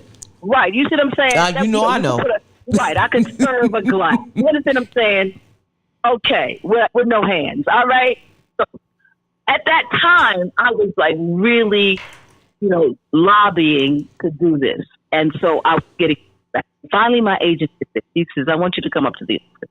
He says, because, I'm pushing for you, but, she's not hearing it now. I don't usually do this, but her name was Alita Chappelle. That was the casting woman. This is what she said. My agent and I got it on speaker. He says to her, listen, Alita, I know that you really have another, thought for this Emma Bell. He says, but Miss Stickney wants to audition. She's willing to fly herself to L.A. She's willing to fly herself. Actually, it was New York when they saw me. I was willing to fly from L.A. to New York to be seen. Bill Duke, I will always love the man because this is what he gave me personally. When I get that, so finally she acquiesces. But this is what she says to my agent, which made me, it broke my heart. But it gave me a courage that I was like, okay, that's what you're saying. She said to him, and I repeat, she's on the phone and he's saying, listen, why, if she's willing to fly herself there, why won't you let her audition? She said to him, Peter, the role calls for an attractive African-American woman. I mean, come on. Can Phyllis Stickney be sexy? Wow. I'm sitting there with I'm outraged. So disrespectful. That's disrespectful. I'm sitting there with a Caucasian man who's hearing this black casting woman say this to him. He's looking at me, and now he's looking at me with sorrow, with pity. Like, I wish you hadn't heard that. No, she was groomed for that. She was groomed to do that. This is what I've got. This is what she's got to say. Let me tell you what I did. I went home. I called my people. I said, listen, I need you to put a wig on. Because I knew what they were looking for. I knew what they thought was beautiful. So I went and got this wavy little wig in my head. I put on my Ungara skirt for those fashion aficionados you were talking about. Emmanuel Ungara was an amazing. Yes, Ungara. Yes, Ungara. Yes, he was amazing. Yes. And Italians are the ones that put a curve in it, not like the English designers, so everything is straight because they ain't got no teeth. Right. Especially back then. So I put on my Ungara skirt, that came just below the knees, which is a most attractive length for any woman. I put on my off-the-shoulder Marilyn Monroe red. I was wearing a red top and my green skirt. I put on my pumps. I put on my dark glasses, and I went to the audition over by where the meter maids and picket riders. And I sauntered across the street, me and all of my fineness. I mean, the horns were blowing, the taxi drivers was, baby, one man said, you should get a ticket because you was a moving violation. I like that. That ticket, I looked back and I took my glasses off. But mind you, they didn't know I was in character. Right. I needed this to walk into that door. That's right. I didn't know what was going to meet me. So I took all of those cat calls with me. And I turned around and said, I need to take y'all upstairs with me, boys, so they can understand what y'all think about me. Come on. And they said, baby! Come on. Come on, testify, testify. I gave them that power of the booty walk as I went into that building. I turned and gave him my little hey, and pushed that elevator and went up to the floor. So when the elevator doors opened, I saw sourpuss Miss Chappelle looking at me because she was mad because I had gotten to the doggone audition. There was nothing she could say. What really blew her mind was 10 minutes later, Gregory Hines walked in. He had flown in to support me. That's to let what her I'm know talking about. I like her too. So let me tell you what Bill Duke did. Bill Duke, I came in there and I'm listening to the other auditions. I'm listening to the other people. I'm listening to them to the room and I hear what they're doing. So then they took a break before they took me in. And I hear the two female producers in there complaining about, oh my God, we're invisible. All they're talking to is you and Forrest. Oh my God, we might as well not be here. So I made a decision because the audition scene that we had to do was a scene that we will all remember from the film when she basically puts her feet in his lap and basically like rub my feet or kiss my feet, lick my feet, whatever you're going to do. That was the audition scene. Wow. Right? So when I go into the audition, now that I've heard these women talking, I seduce them. I act like there was nobody else in the room. And I did my whole scene to those women. Oh, yeah, I want some. Come on, let me show you what an African did. And when I finished with the scene, everybody went, oh, wow. Oh, God, that was amazing. My God, it was like a porn. Right. It was like, I was like, do you need towels, baby? Okay. No, I think that's great. But Bill Duke, I will love him forever because this is what he looked and he said to them. He said, now, I don't know what y'all want to do. This is my 50s woman. Wow. He said, Phyllis, I want you to do something for me. Wow. He said, I want you to go and take that out. He was talking about take the weave out. He said, I want you to come back tomorrow. He said, but I want you to come back. So that beautiful natural hair that you're talking about, I went home. I took that weave out like the director asked of me. I took my natural hair and put it up in my French twist. And Roberta Flack, my godmother, who I send love and much healing love to, bought me one of Betsy Johnson's dress at that time. It was just from the 50s. It was a black altar dress, and most of her things were always sort of inspired. But this dress looked like it had just come out the 50s. And that's when Betsy Johnson had that salon. She had a shop on West 4th Street, right? Mm-hmm. Betsy Johnson. That's when she had a shop. Yes. When she had a shop on West 4th Street. Right. She used to be on West 4th. Then she moved over to 72nd, somewhere in the 70s. Yeah, that's correct. Yep. And so she brought me one of the. I wasn't expecting it. She gifted me this beautiful dress to wear to my callback. And when I walked in that room, there was nothing that anybody could say because I knew. And that's what I say to anybody, any actor. When you go in that room and you walk in with that character, you walk in that character. You walk in. As don't worry character. about what they do or don't. If they cast you or not. When I walk out of the room, I know I did my best and I left the room quiet. That's what's up. Word. Talk about it. I got to address the chat room real quick. Deneen Womack was announcing your show tomorrow night. See comedian Phyllis Yvonne Stickney live at Comedy in Harlem. 2 shows, 8 p.m. and is that 6 p.m.? 6 p.m. and 10 p.m. 6 and 8. It's 8 and 10. 8 and 10. Wow, we all messed up, girl. So that's in the chat room. Also, Jackson said yes. Diane Cameron from Australia says, "Hey guys." Michelle D. Mitchell says, "Yes, amazing." Yeah, so the chat room's lit on the conversation. That I we're got having one right more now. question. Tell them, hey, listen, tell Australia to make that, get that venue and bring me on down there, Australia. Tell them to Come on now, Gary, make it happen. World class in the room. Come on, Even Gary. went down to Leicester Square. That's one of my funniest moments is when I went to London for the first time to perform. Listen, darling, I went to London to perform for the first time in a place called Leicester Square. And I was going there with my, my highbrow intelligent comedy thing. This is going to be wonderful. And I remember when I first saw, I'm thinking, this is going to be great because, they understand at that time I did what I called conscious comedy. It was intelligent. It was clean comedy for Anthony Slocum. I'm giving y'all chapter and verse. Okay? Come on, testify. So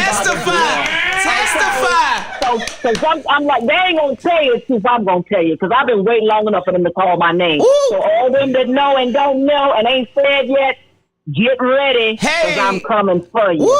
Give me the mic, pass the mic. Because ain't nobody done it like I do. Talk about it. Testify. I wanted to say something. I wanted to say something to you, Queen. Sexy to the comedy stage. Come on now. Thank you some more for picking up my, you know what I mean? Leftovers. Picking up where I didn't leave off. Woo!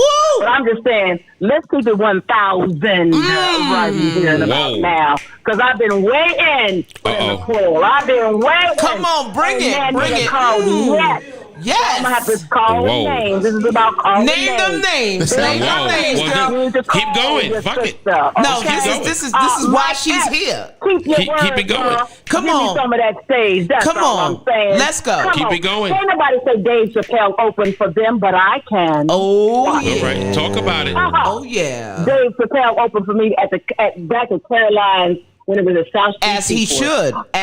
Hello. Oh, he was a lean and hungry. Didn't nobody know Dave Chappelle yet?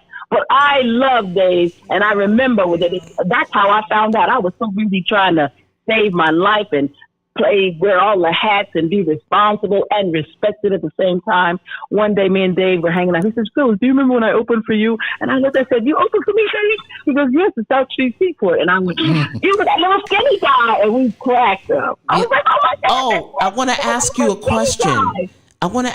question. Absolutely. So, Caroline's is closing as of December 31st. Yeah. Of this year. They didn't put enough black on that stage. That's their fault. I know, honey. No. Actually, no. I think they have Turkish rent. They rent from the Turkish. They got a rent dispute. Yeah, they have. They raised the rent so high. Well, whatever. Like I said, at an earlier, let me just drop this sign. In the Improv in Los Angeles, California, they got the lab room over there. This is what we have to begin to understand. This is why I'm going over there to do comedy at Harlem tomorrow night, because those are two people of color. That's Jamie Roberts and Nikki Sunshine. Salute. And these are two people, a husband and wife team that's trying to bring a venue where we get the mic, where we people of color get the mouth. Yes, talk about people, it. Black people. You know what I'm saying? So it's important. That's why I'm coming to Harlem. That's why I'm coming back home. Well, come back home. Talk about it. Come back home. You know, I'm coming back home to do this, right? Come back. People, come on back home. out. Come on out. Y'all got to support. You Look, can't just I know you from Harlem. I'm like, I saw you in Harlem. I rep my hood. That's it, baby. Come on now. So, Queen, I wanted to say. I just want to address the chat room for one more second. Now I'm past the DOA. In the chat room, Deneen Womack put the link for you guys to buy tickets to Yvonne's show tomorrow night. It's in the chat room. You click the link, and then you can go there and you can buy the tickets on Eventbrite. So that's in the chat room. Eventbrite, embrace the change. Yeah, Eventbrite, embrace the change, baby. Yeah. Embrace the change. That's the name of the show.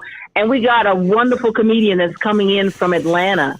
You know, Sunshine. I have a goddaughter that's coming up in the game, and this time we decided to bring somebody from Atlanta that has never done New York. And so I'm excited. That's what's up. Yeah, she's never been in New York. Wow. But she is the underground, the princess of underground comedy. That's what we call her. The princess. So it's royalty in that room tomorrow. We got the princess of underground comedy. And the empress of comedy. And the empress of entertainment. Because y'all didn't want to fight my girls. They was the queens of comedy. I said, I'm going to be the queen. I can't be the queen. They already, I said, so that's why I came up with my little what? I'm not the queen of comedy. I'm not the hoe of ha-ha. I'm the empress of entertainment. Talk about it. Don't forget it. How long are you in town for? I'm in town probably maybe the 22nd, like you should that. come hang out with us while Hey, you're listen, in town. y'all gotta, you know how to hit me. Send me some information, some inflammation. Well, here's what I was going to say. We're going Gmail. I was saying we're going to Caroline's next The week. 21st. Yeah, on the 21st to go 21st. see, to kind of catch Caroline's in its last days.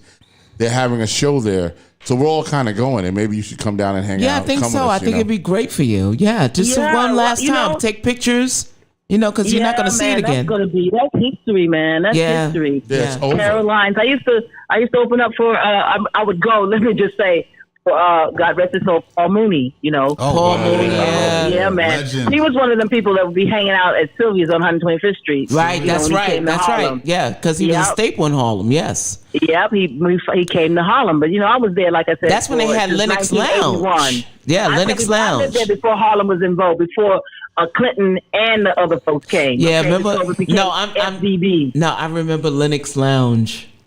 Hello, Lennox Lounge. Yes. Let's talk about the Baby Grand. Yes. Let's talk about Pub. Hello. Yes. Hello? Yes. We were When I all say the there. fool who's been sitting by the door taking copious notes, man, Harlem changed. No, but you know what? I just want to my last question. Go ahead. It's my last one. That's Robin. That is me. Yes, love. Yes, love. What do you think about comedy now? What they talk about, people get offended easily. You know what I mean? I agree with Dave Chappelle. We're too brittle. All of a sudden, we're too brittle. We're just too, oh, you can't talk about that. Oh my God. Oh, I'm offended. I'm offended. But I'm asking because a lot of times we look at the news and no offense, no bus on anyone, but it looks like now in this progressive area, white people decide how outraged black people should be. To me. They've been like that forever.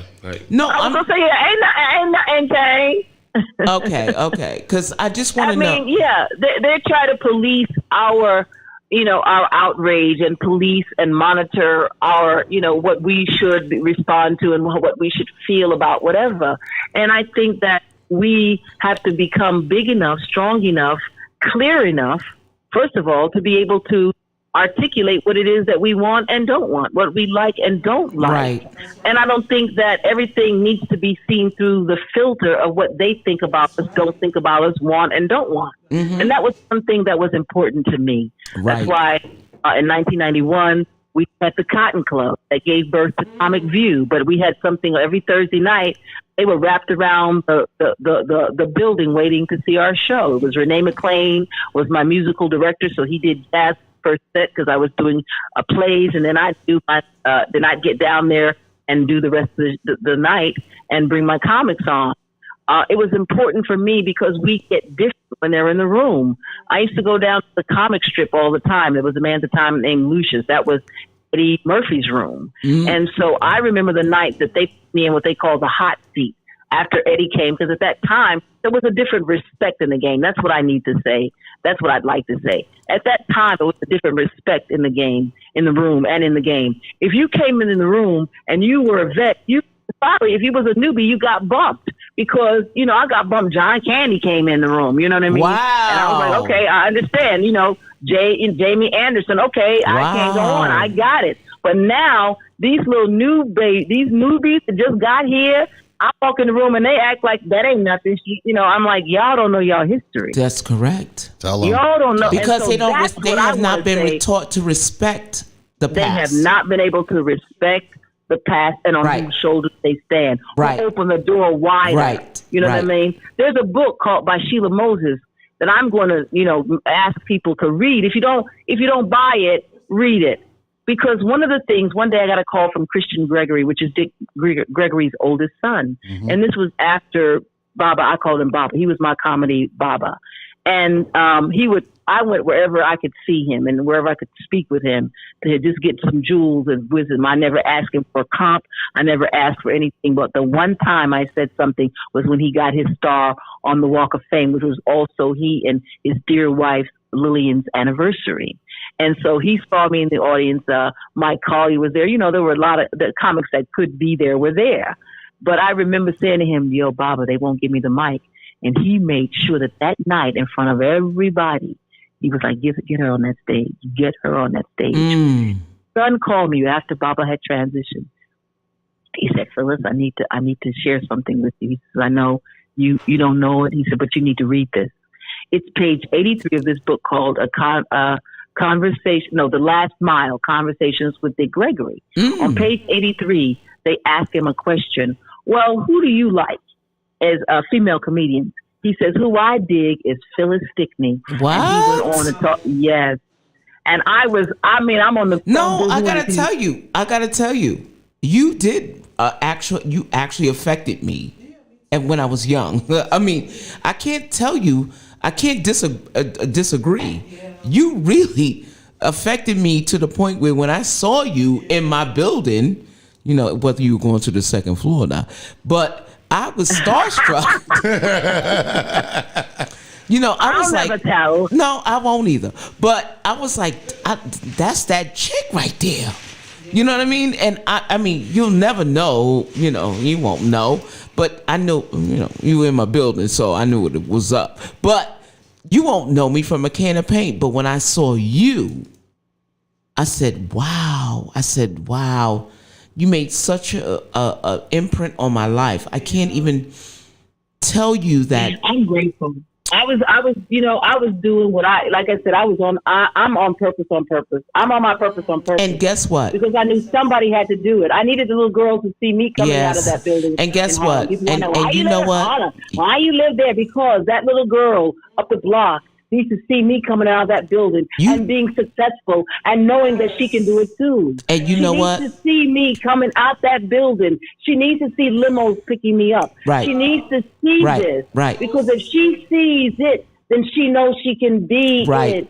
Right. And so I knew that I was representing somebody. It was somebody's child, somebody's daughter, somebody's son needed to see me, needed to hear what I had to say, needed to see how I rolled and how I didn't roll. Right. You know what I mean? And you know what? You succeeded because you made such an impact on me that what you're talking about in a book, I get it. It's the written word. It blew my mind. He says, she's never been given a mainstream the money or the access that she truly deserves. He said, but it doesn't take away from her comedy genius. He said, she'll tell me 10 things in 10 minutes that I've forgotten about myself. Right. She does her research. And I was like, when he read it, to this day, I got the book. I went and copied that page. And there are moments when I hear niggas, and I don't use that word a lot, but some of them have earned that disdain. Yeah. When I see niggas that get on that stage and don't want to give me the props, not knowing that was a Showtime at the Apollo, I was the first comedian that was supposed to be the host. Because I didn't have a manager. I didn't have a Jewish manager or any manager or agent to represent me. The boys, the Good Old Boys Network, moved against me. When I asked them to pay me before I went on stage, I said, listen, guys, I can't take back my performance. So once I've given it, I've given it. So I need you to pay me before I go on. Well, and ultimately, I was the first little black girl that was scheduled to be the host. Before Rick Aviles, I gave them Rick Aviles. That's before great. Sinbad. This is great. Before Kim Cole. So it was before Steve Harvey. But what happened was I had Different World, which was the Cosby spinoff. That's right. And I had Showtime at the Apollo. And when the powers that be realized, what? How did she get here? You're not getting it. Are you not an agent? What are you talking about here? You didn't have an agent? How can this be? You sound like a Zionist right now. Listen, darling, I've got a million of them. Don't talk about it. Well, let me tell you something. I told you that you and Whoopi were kind of like my idols. You know, being a black, woman and fully embracing her naturalness, right? Mm-hmm. And not only that, but just elevating themselves to like Empress level. I'll give you my true circle. I bought a ticket for my friend Michelle's birthday to The View. Right? So, Whoopi's been on that show for years. Yeah. Now, I just bought a ticket. Now, Whoopi was my idol because she came from welfare. She was like, she made it. Like, she was the epitome of like the hustler, and she was funny. And I'm sitting in the audience with my friend, and Whoopi's like, I want her and her friend to come up on stage, and we're behind Whoopi. And I'm like, this is like the best day of my life. So we're on stage on The View, we talking, and I'm like, I'll meet Whoopi, and I say to her, I'm like, you have been like my idol. Like from like very early, because no one represented the dark-skinned woman. Right. She was so like she epitomized power to me. And you are the second person. You've actually completed my circle. Oh man, I'm grateful. I'm honored. You know what I mean? It's a responsibility, and that's what to me. That's what's kind of changed the game. And people don't see it as a responsibility. It's a responsibility. And it's an honor when people respond to you, that people want to, be or emulate, or there's something that I said that made their day better, or they made them stand a little taller, shoulders back, walking erect and proud. I know people have tried to make me feel uncomfortable. So the answers, the whole thing about the color consciousness, unfortunately, that dog that bit that Willie Lynch dog that bit some of us to the bone. Yeah, that's true. The marrow. And we still have to exercise those demons. Well, not for me. At this point now, you are the bingo card that I didn't bet on today. When they told me you were coming, I said, I'm coming today. And I don't come on Thursdays, honey. Baby. Yeah. Yeah, and I did that because I wanted you to know. And I thought about this all day. I mean, I got to tell you something. When someone makes an impact on you as a youth, you got to address them. Yeah. Today was the day for me. Yeah. You're only one of two. I've already met one, and I already told her to her face. I actually held her hand, looked her in the face, and told her. I'm sitting here now with a Whoopi story. I'm going, should I tell her? Tell me after I tell you this. Now, Whoopi was one day, this is so crazy for you to have said that. You know what I mean? And here's what I need to say. At the time that Whoopi was on Broadway, people were coming to me going, Miss Phyllis, there's somebody stealing your material, and I'm like, what are you talking about? What? And the irony was that Whoopi wore a derby and her locks were nude like mine. Right. I actually wasn't locked yet. I just wore 2-strand twists. So people thought I had locks a lot longer than I actually did. But I wore my hair naturally, and I wore the 2-strand twists. So a lot of people thought they were all locked, but I was still, like I said, my mission was to have Black women embrace their natural hair. And like Peggy Dillard taught me and showed me to show them how to work with their hair. Locks came because I had a friend that did my hair between me going to my regular groomer, and she didn't comb it out. She took them 2-strand twists out and just shampooed my hair. So when I came out of that bowl, you know what I had. Oh, yeah. You had fairy knots and everything. Right. So it was either cut it or lock, so I decided to lock. And for 15 years, I gave my head to the community because I didn't want people to think that I was repulsed by it. So I grew the locks, and I had them for 15 years. Well, I got to tell you, I finally let them go. I got to tell you, it is an honor. It's an honor, and it is a blessing that I am here to talk to you today. I would love to see you in person. I think we can talk for hours. I really do. I'm grateful. So grateful. But it's not my show. DOA, what's up? No, DOA is back. He's back. But listen, we will meet one day in person, and I will tell you this. I will hold your hand, and I will give you the love that you deserve. As of now, I just am blessed and I'm fortunate to even have you exchange ideas and words and energy with me. So I really appreciate it. God bless you. I'm glad you made it through the pandemic, and I'm glad that you're doing well. Thank you so much. Absolutely. Blessings to you, your family, and all your loved ones in your line. You know? Thank you so much. Power to you. Power and peace to you. Yvonne, I got to tell you, right? Because we do, me and Robin and Gary, we do our show on Friday night. And it's called The Real Discussion with Rock Logic. And when Robin heard that you were coming to the show, she texted me this morning. She's like, I'm coming to DOA show because I have to talk to Yvonne. She never comes on a Thursday. And the truth is, I never come on a Thursday either, really. Right? So I was like, oh, we coming on Thursday. But DOA has some questions. It is DOA show. Don't let them lie to you. This ain't the control room. This is the real discussion night. And you know what's so sad? I'm actually the comedian, right? There's a lot of groupie shit going on tonight.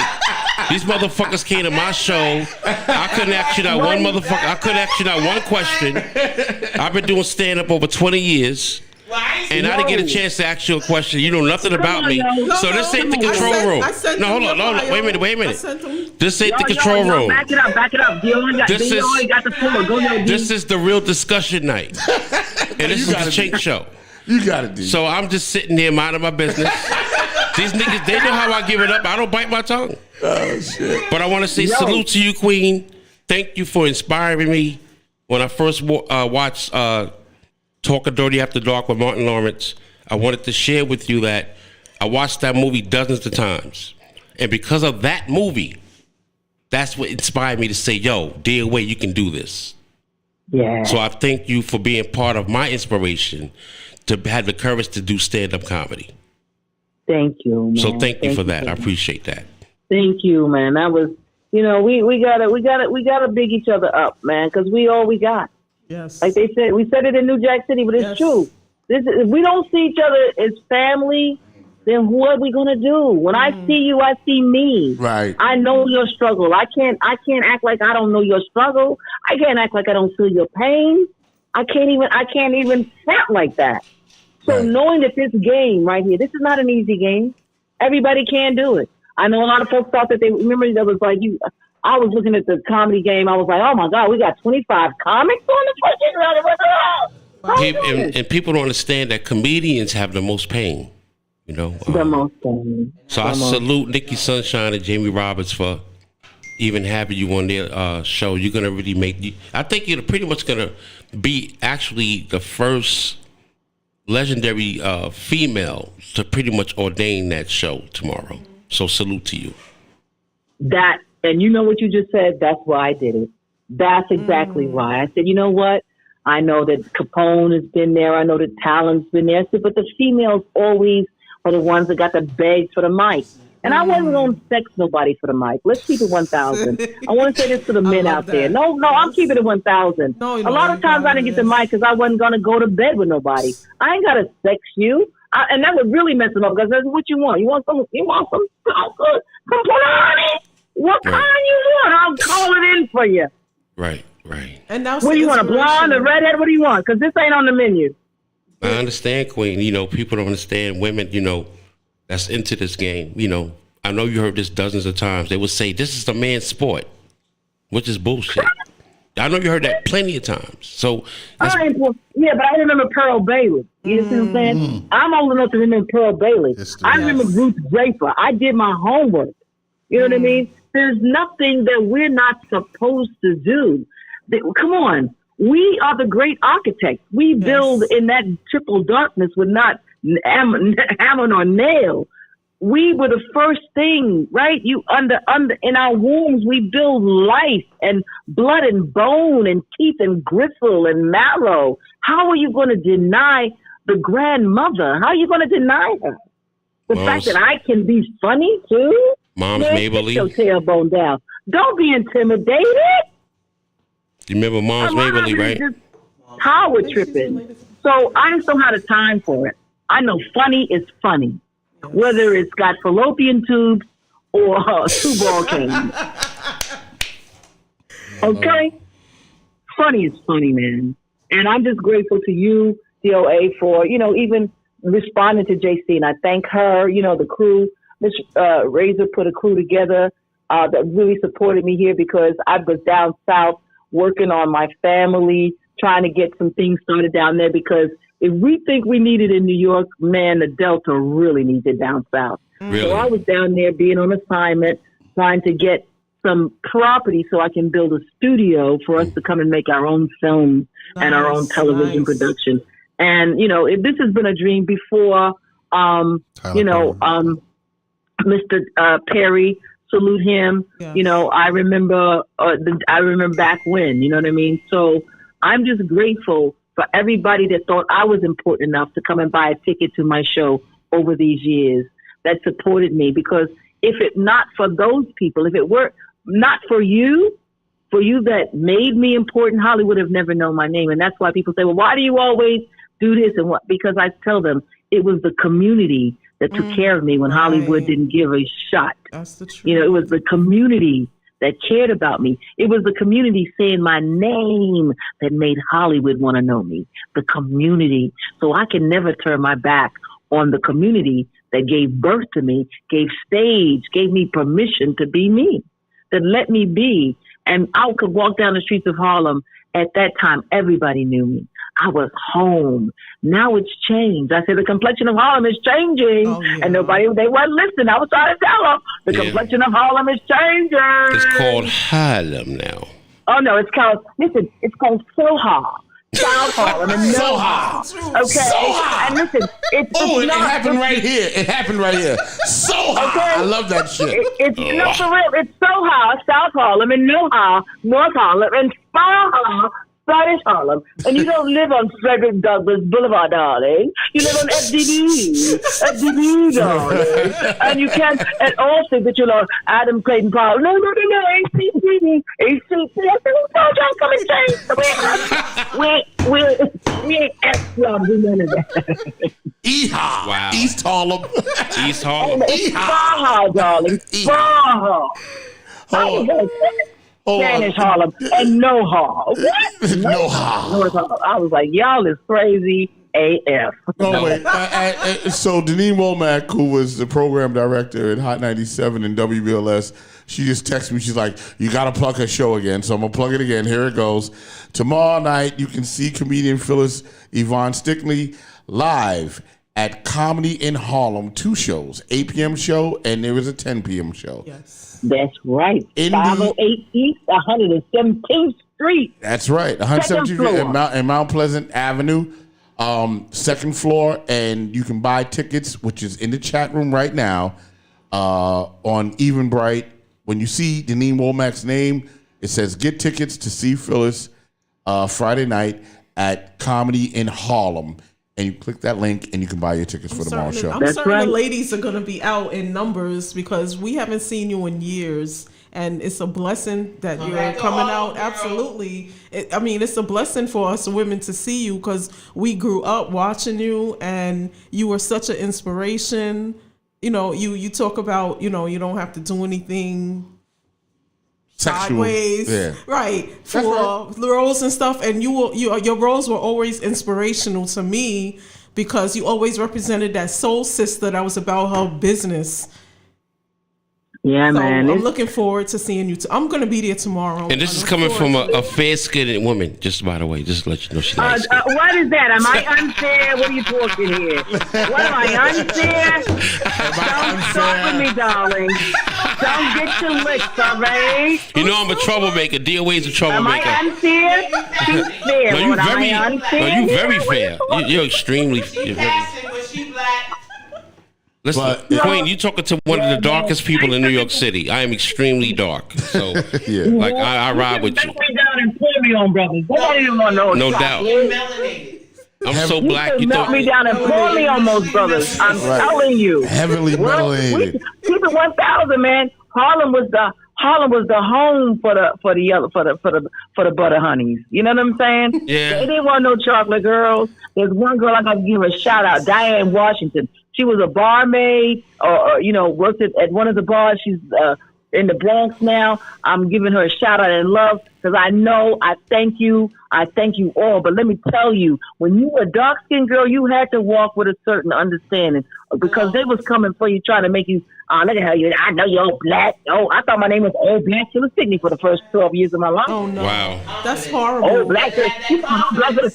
Not old black for the city. I didn't have a boyfriend in high school. Nothing. Because nobody didn't like no black girl. Nobody want to be seen with no black girl. Now, they might try to holler at you in the night and try to get, you know what I mean? Or you should have lived in the Bronx. Because in the Bronx, we didn't have that kind of hang up. We didn't have that. I went through that with my daughter.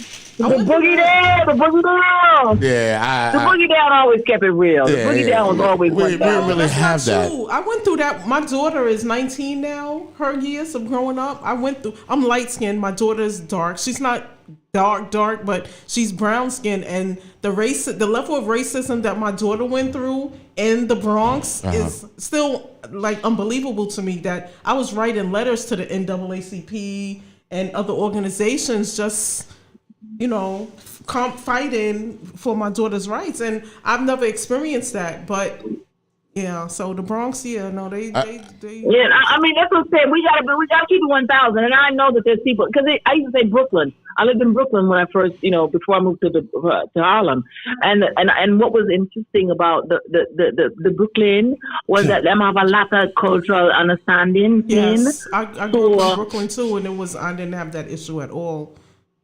Yes, it was. You had black men there that love a chocolate girl. Understand? Word to the mother. Yeah, man. So maybe remember the first time, man. Man just looked on me and go, star, you're so beautiful and whatever.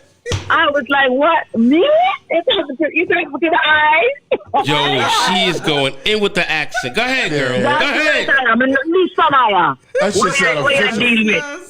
Wow. Listen, man. All the while, me just walking. Walking down the street every time and say, "Yes, daughter. Yes, daughter." So it made me feel, I'm like, whoa, these men, they feeling me. So there was a certain culture. That's what made me, be international in my understanding, my scope. I wanted to understand what was so wrong about black. Why is me being black such an issue? So I wanted to travel the world to understand, is this dynamic everywhere?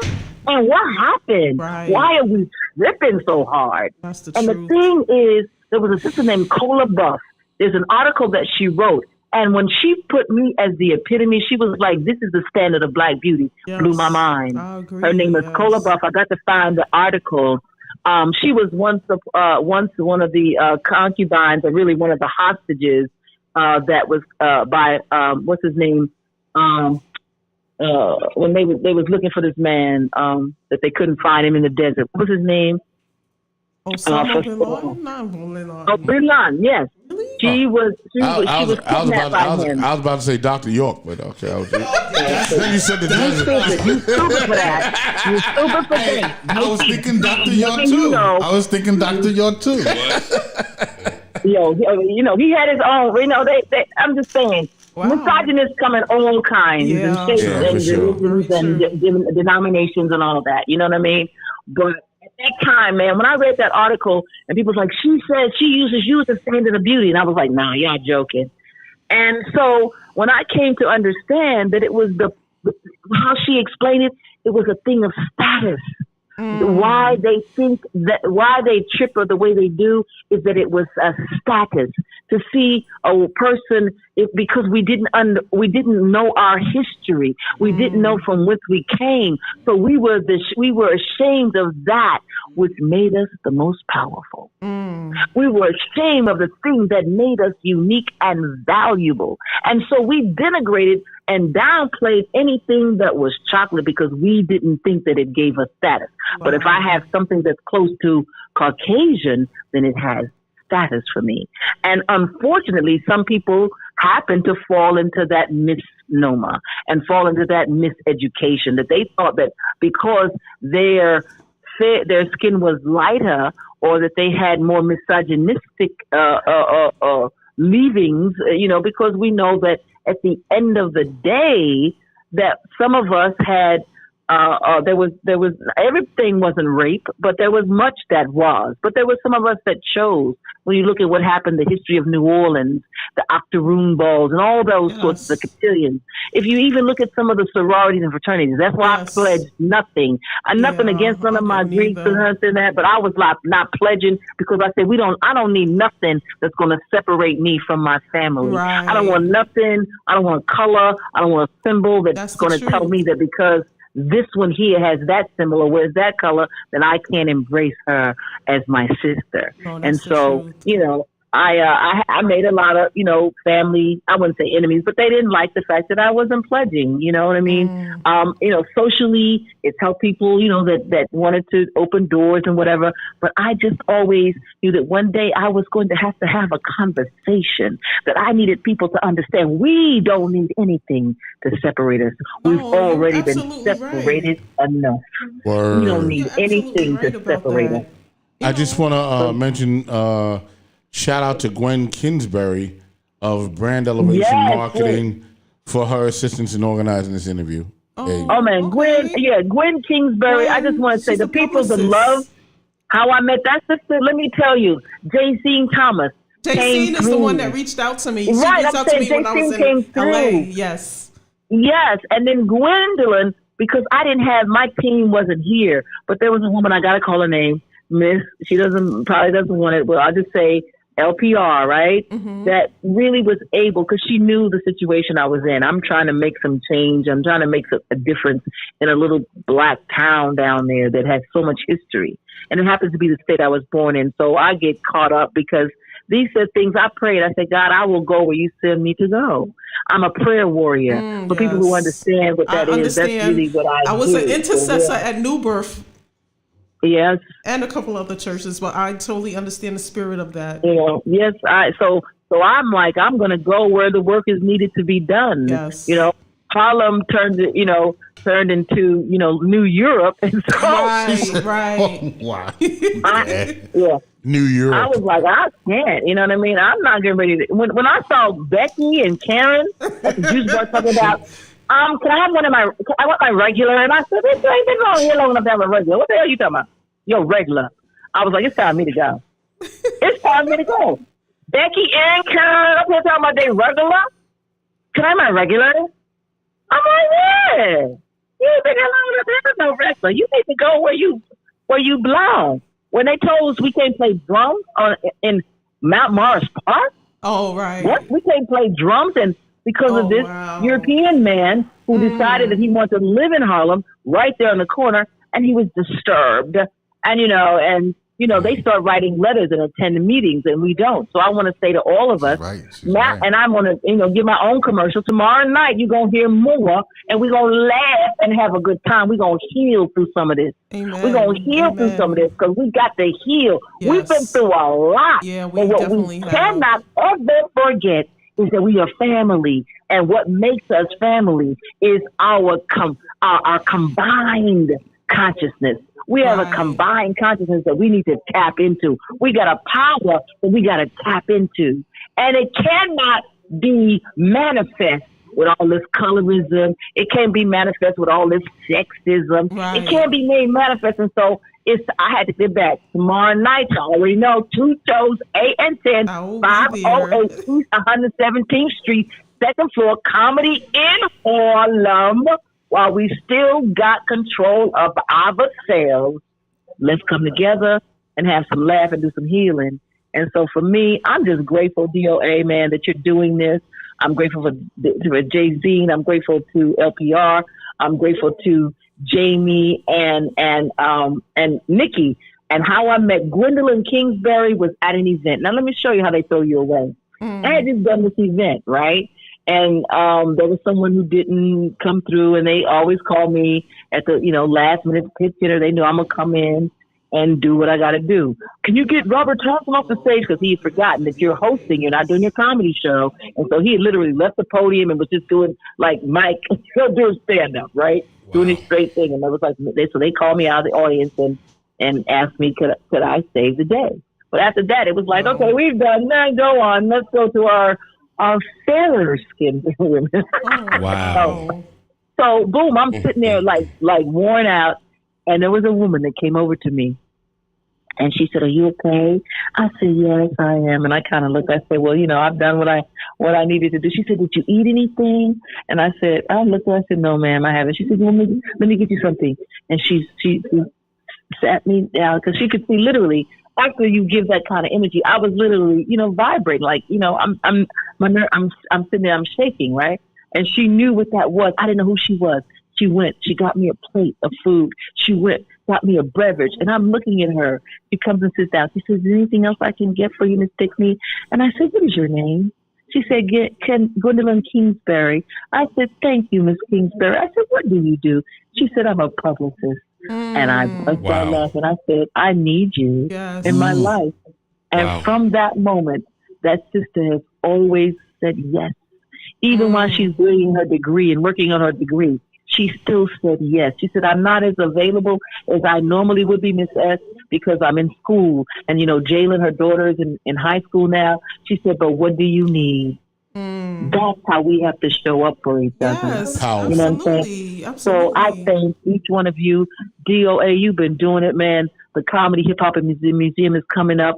I want to be a part of it. You know what I mean? I want to be able to say and stand for you and stand up for you and support and applaud the accomplishments and contributions that you've made to us and for us, with us, through the music and through the culture of hip hop. So I'm thanking you for this opportunity to be able to share with your audience now. I'm thanking everybody that's in that studio. I'm thanking everybody that's all over the world right now that's listening to this and reminding them that we all we got, fam. We all we got. And we're the best. If they made anything better than us, it ain't on this planet. Amen. Word up. Amen, Queen. Amen. Salute to you. Thank you for all your accomplishments. We're about to punch out, but I just wanted to say to you that I know that you're building a studio in Arkansas, and I've been building studios for years, podcast studios, recording studios, television studios. So if I can offer you any assistance in that, then it would be my pleasure to do that. You know what I mean? Oh man, I'm going to be calling you. I'm about to close on these acres. I was about, I got 5 acres, and I'm in the process now of, doing the paperwork and doing what I got to do. Nice. I want to talk to you about that because there's another opportunity. There's a couple of investment opportunities that are real.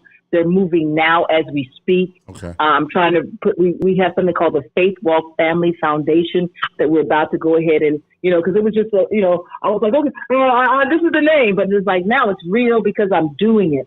There's 3 people now. There's 3 people that came to New York. I said, everybody down south doesn't understand the mission or the promise.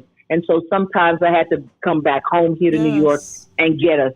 So I'm saying to you guys, it's not, we're closing on, we got 3 properties right now. I'm just going to put it out there because you might have some people that are interested.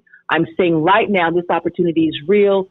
I had one person that fell out of the deal. But we still want to get these 3 properties all in a parcel. It's one of them is 7 bedrooms, 7 baths. It's on the historic heritage homes So these are 3 homes, 7 bedrooms, 7 baths. It's already designated for a bed and breakfast. But in 2024, there's going to be an eclipse that's going to be visible from this city like it was 100-something years ago. Nice. So, listen, send me your information. Stickney Biz, Stickney, B as in Bravo, IZ, Stickney Biz @gmail. Send me your information tonight, and I will call you. Tell me if tonight's too late, or call you in the morning.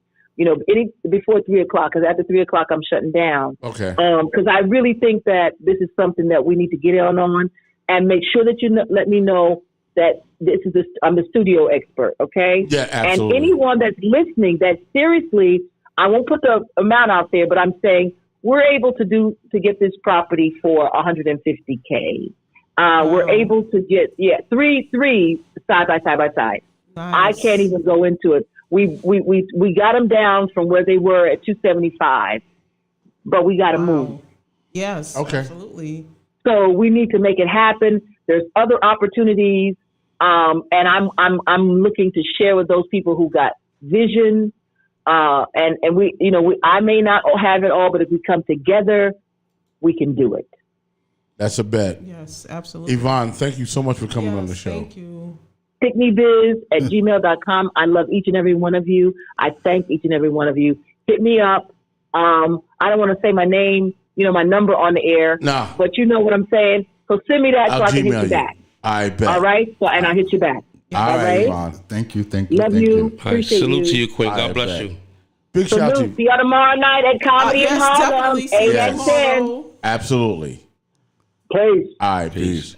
Wow, that was incredible. Come on, clap. You're going to clap right now. You're going to clap. That was I have to just shout out Fred Yeah. Jacobs because he's the one that connected me with Jay-Scene. And Oh, word. Jay-Scene is Oh, the one Fred. that called me. Fred from when I was- Violators? Fred from Fred from Violators. okay. And Jay-Scene called me. She reached out to me when I was in LA about this. So when I came back here, I was like, wow, really? So, Yeah.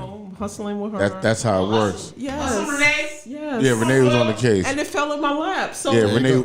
Yeah. I didn't go begging anybody. That's how it happens. Listen, Renee got it done. That's how it happens.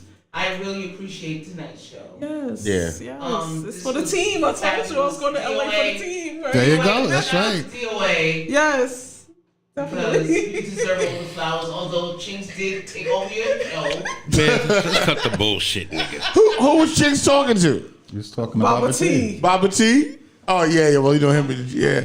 Baba T. Is Baba T still Yeah, he's still there. Yeah, Baba T. What's going on, Baba T? It's all good. Shit is sad. That was a Bobby good T show. would have That had a was moment. good. I enjoyed that. Baba T, you enjoy the show, Baba T? Yeah. it Now was you got to great, go it was watch New Jack City. Have you seen New Jack City yet? great.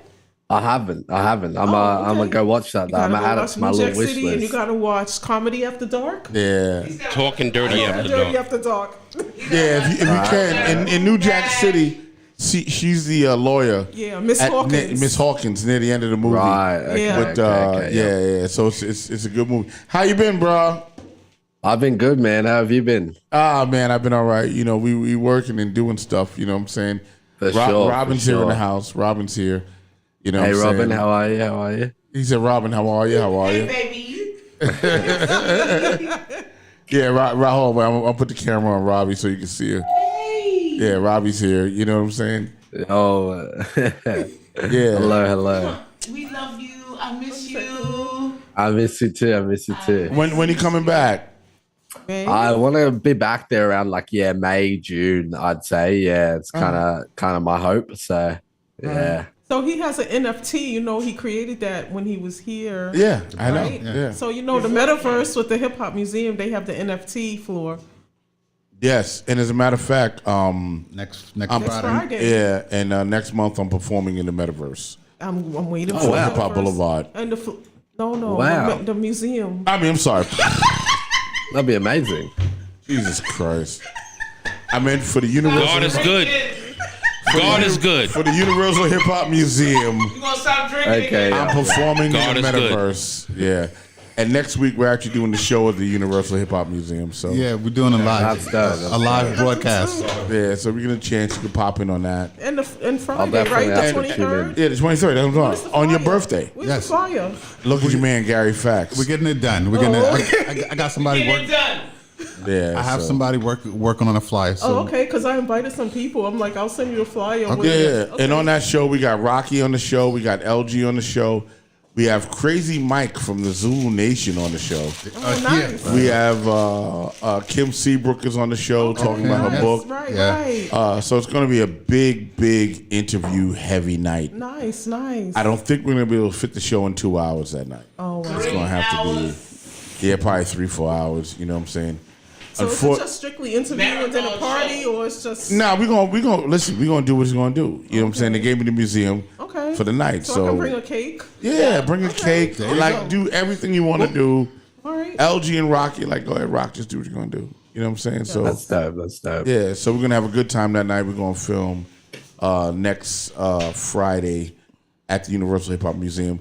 And for you guys that are listening, we're gonna do a live stream from Washington Houses on December 18th, which is this Sunday. Yes. I'm going to be, if you want to get a laugh, I'm going to be Santa Claus. I'm wearing the outfit. White beard or black beard?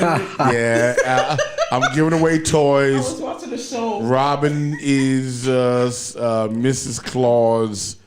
Ada is the Grinch that stole Christmas. Oh, wow. Oh, I thought it was Gary gonna be the and he should have been the Grinch.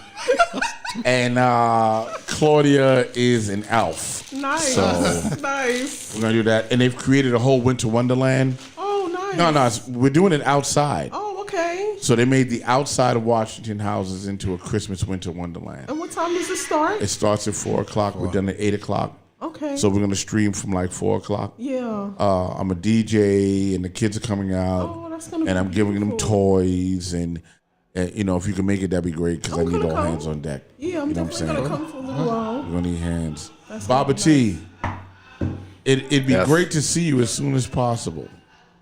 Yes, I would love to be over there. I mean, I'm getting all these like photos now of like popping up of me like this time last year getting ready to come over there for the first time. So it's given me like nostalgia. So Oh yeah, was definitely it the want to be first back time? there soon. That was the first time. Really? It wasn't. Back in It wasn't my January. first Oh, wow. time. Well, No, I thought you came It wasn't my in first time the summer. ever, but That it was the my second. first time as like an artist. Oh, Right, okay, right, okay, right. got it. Yeah.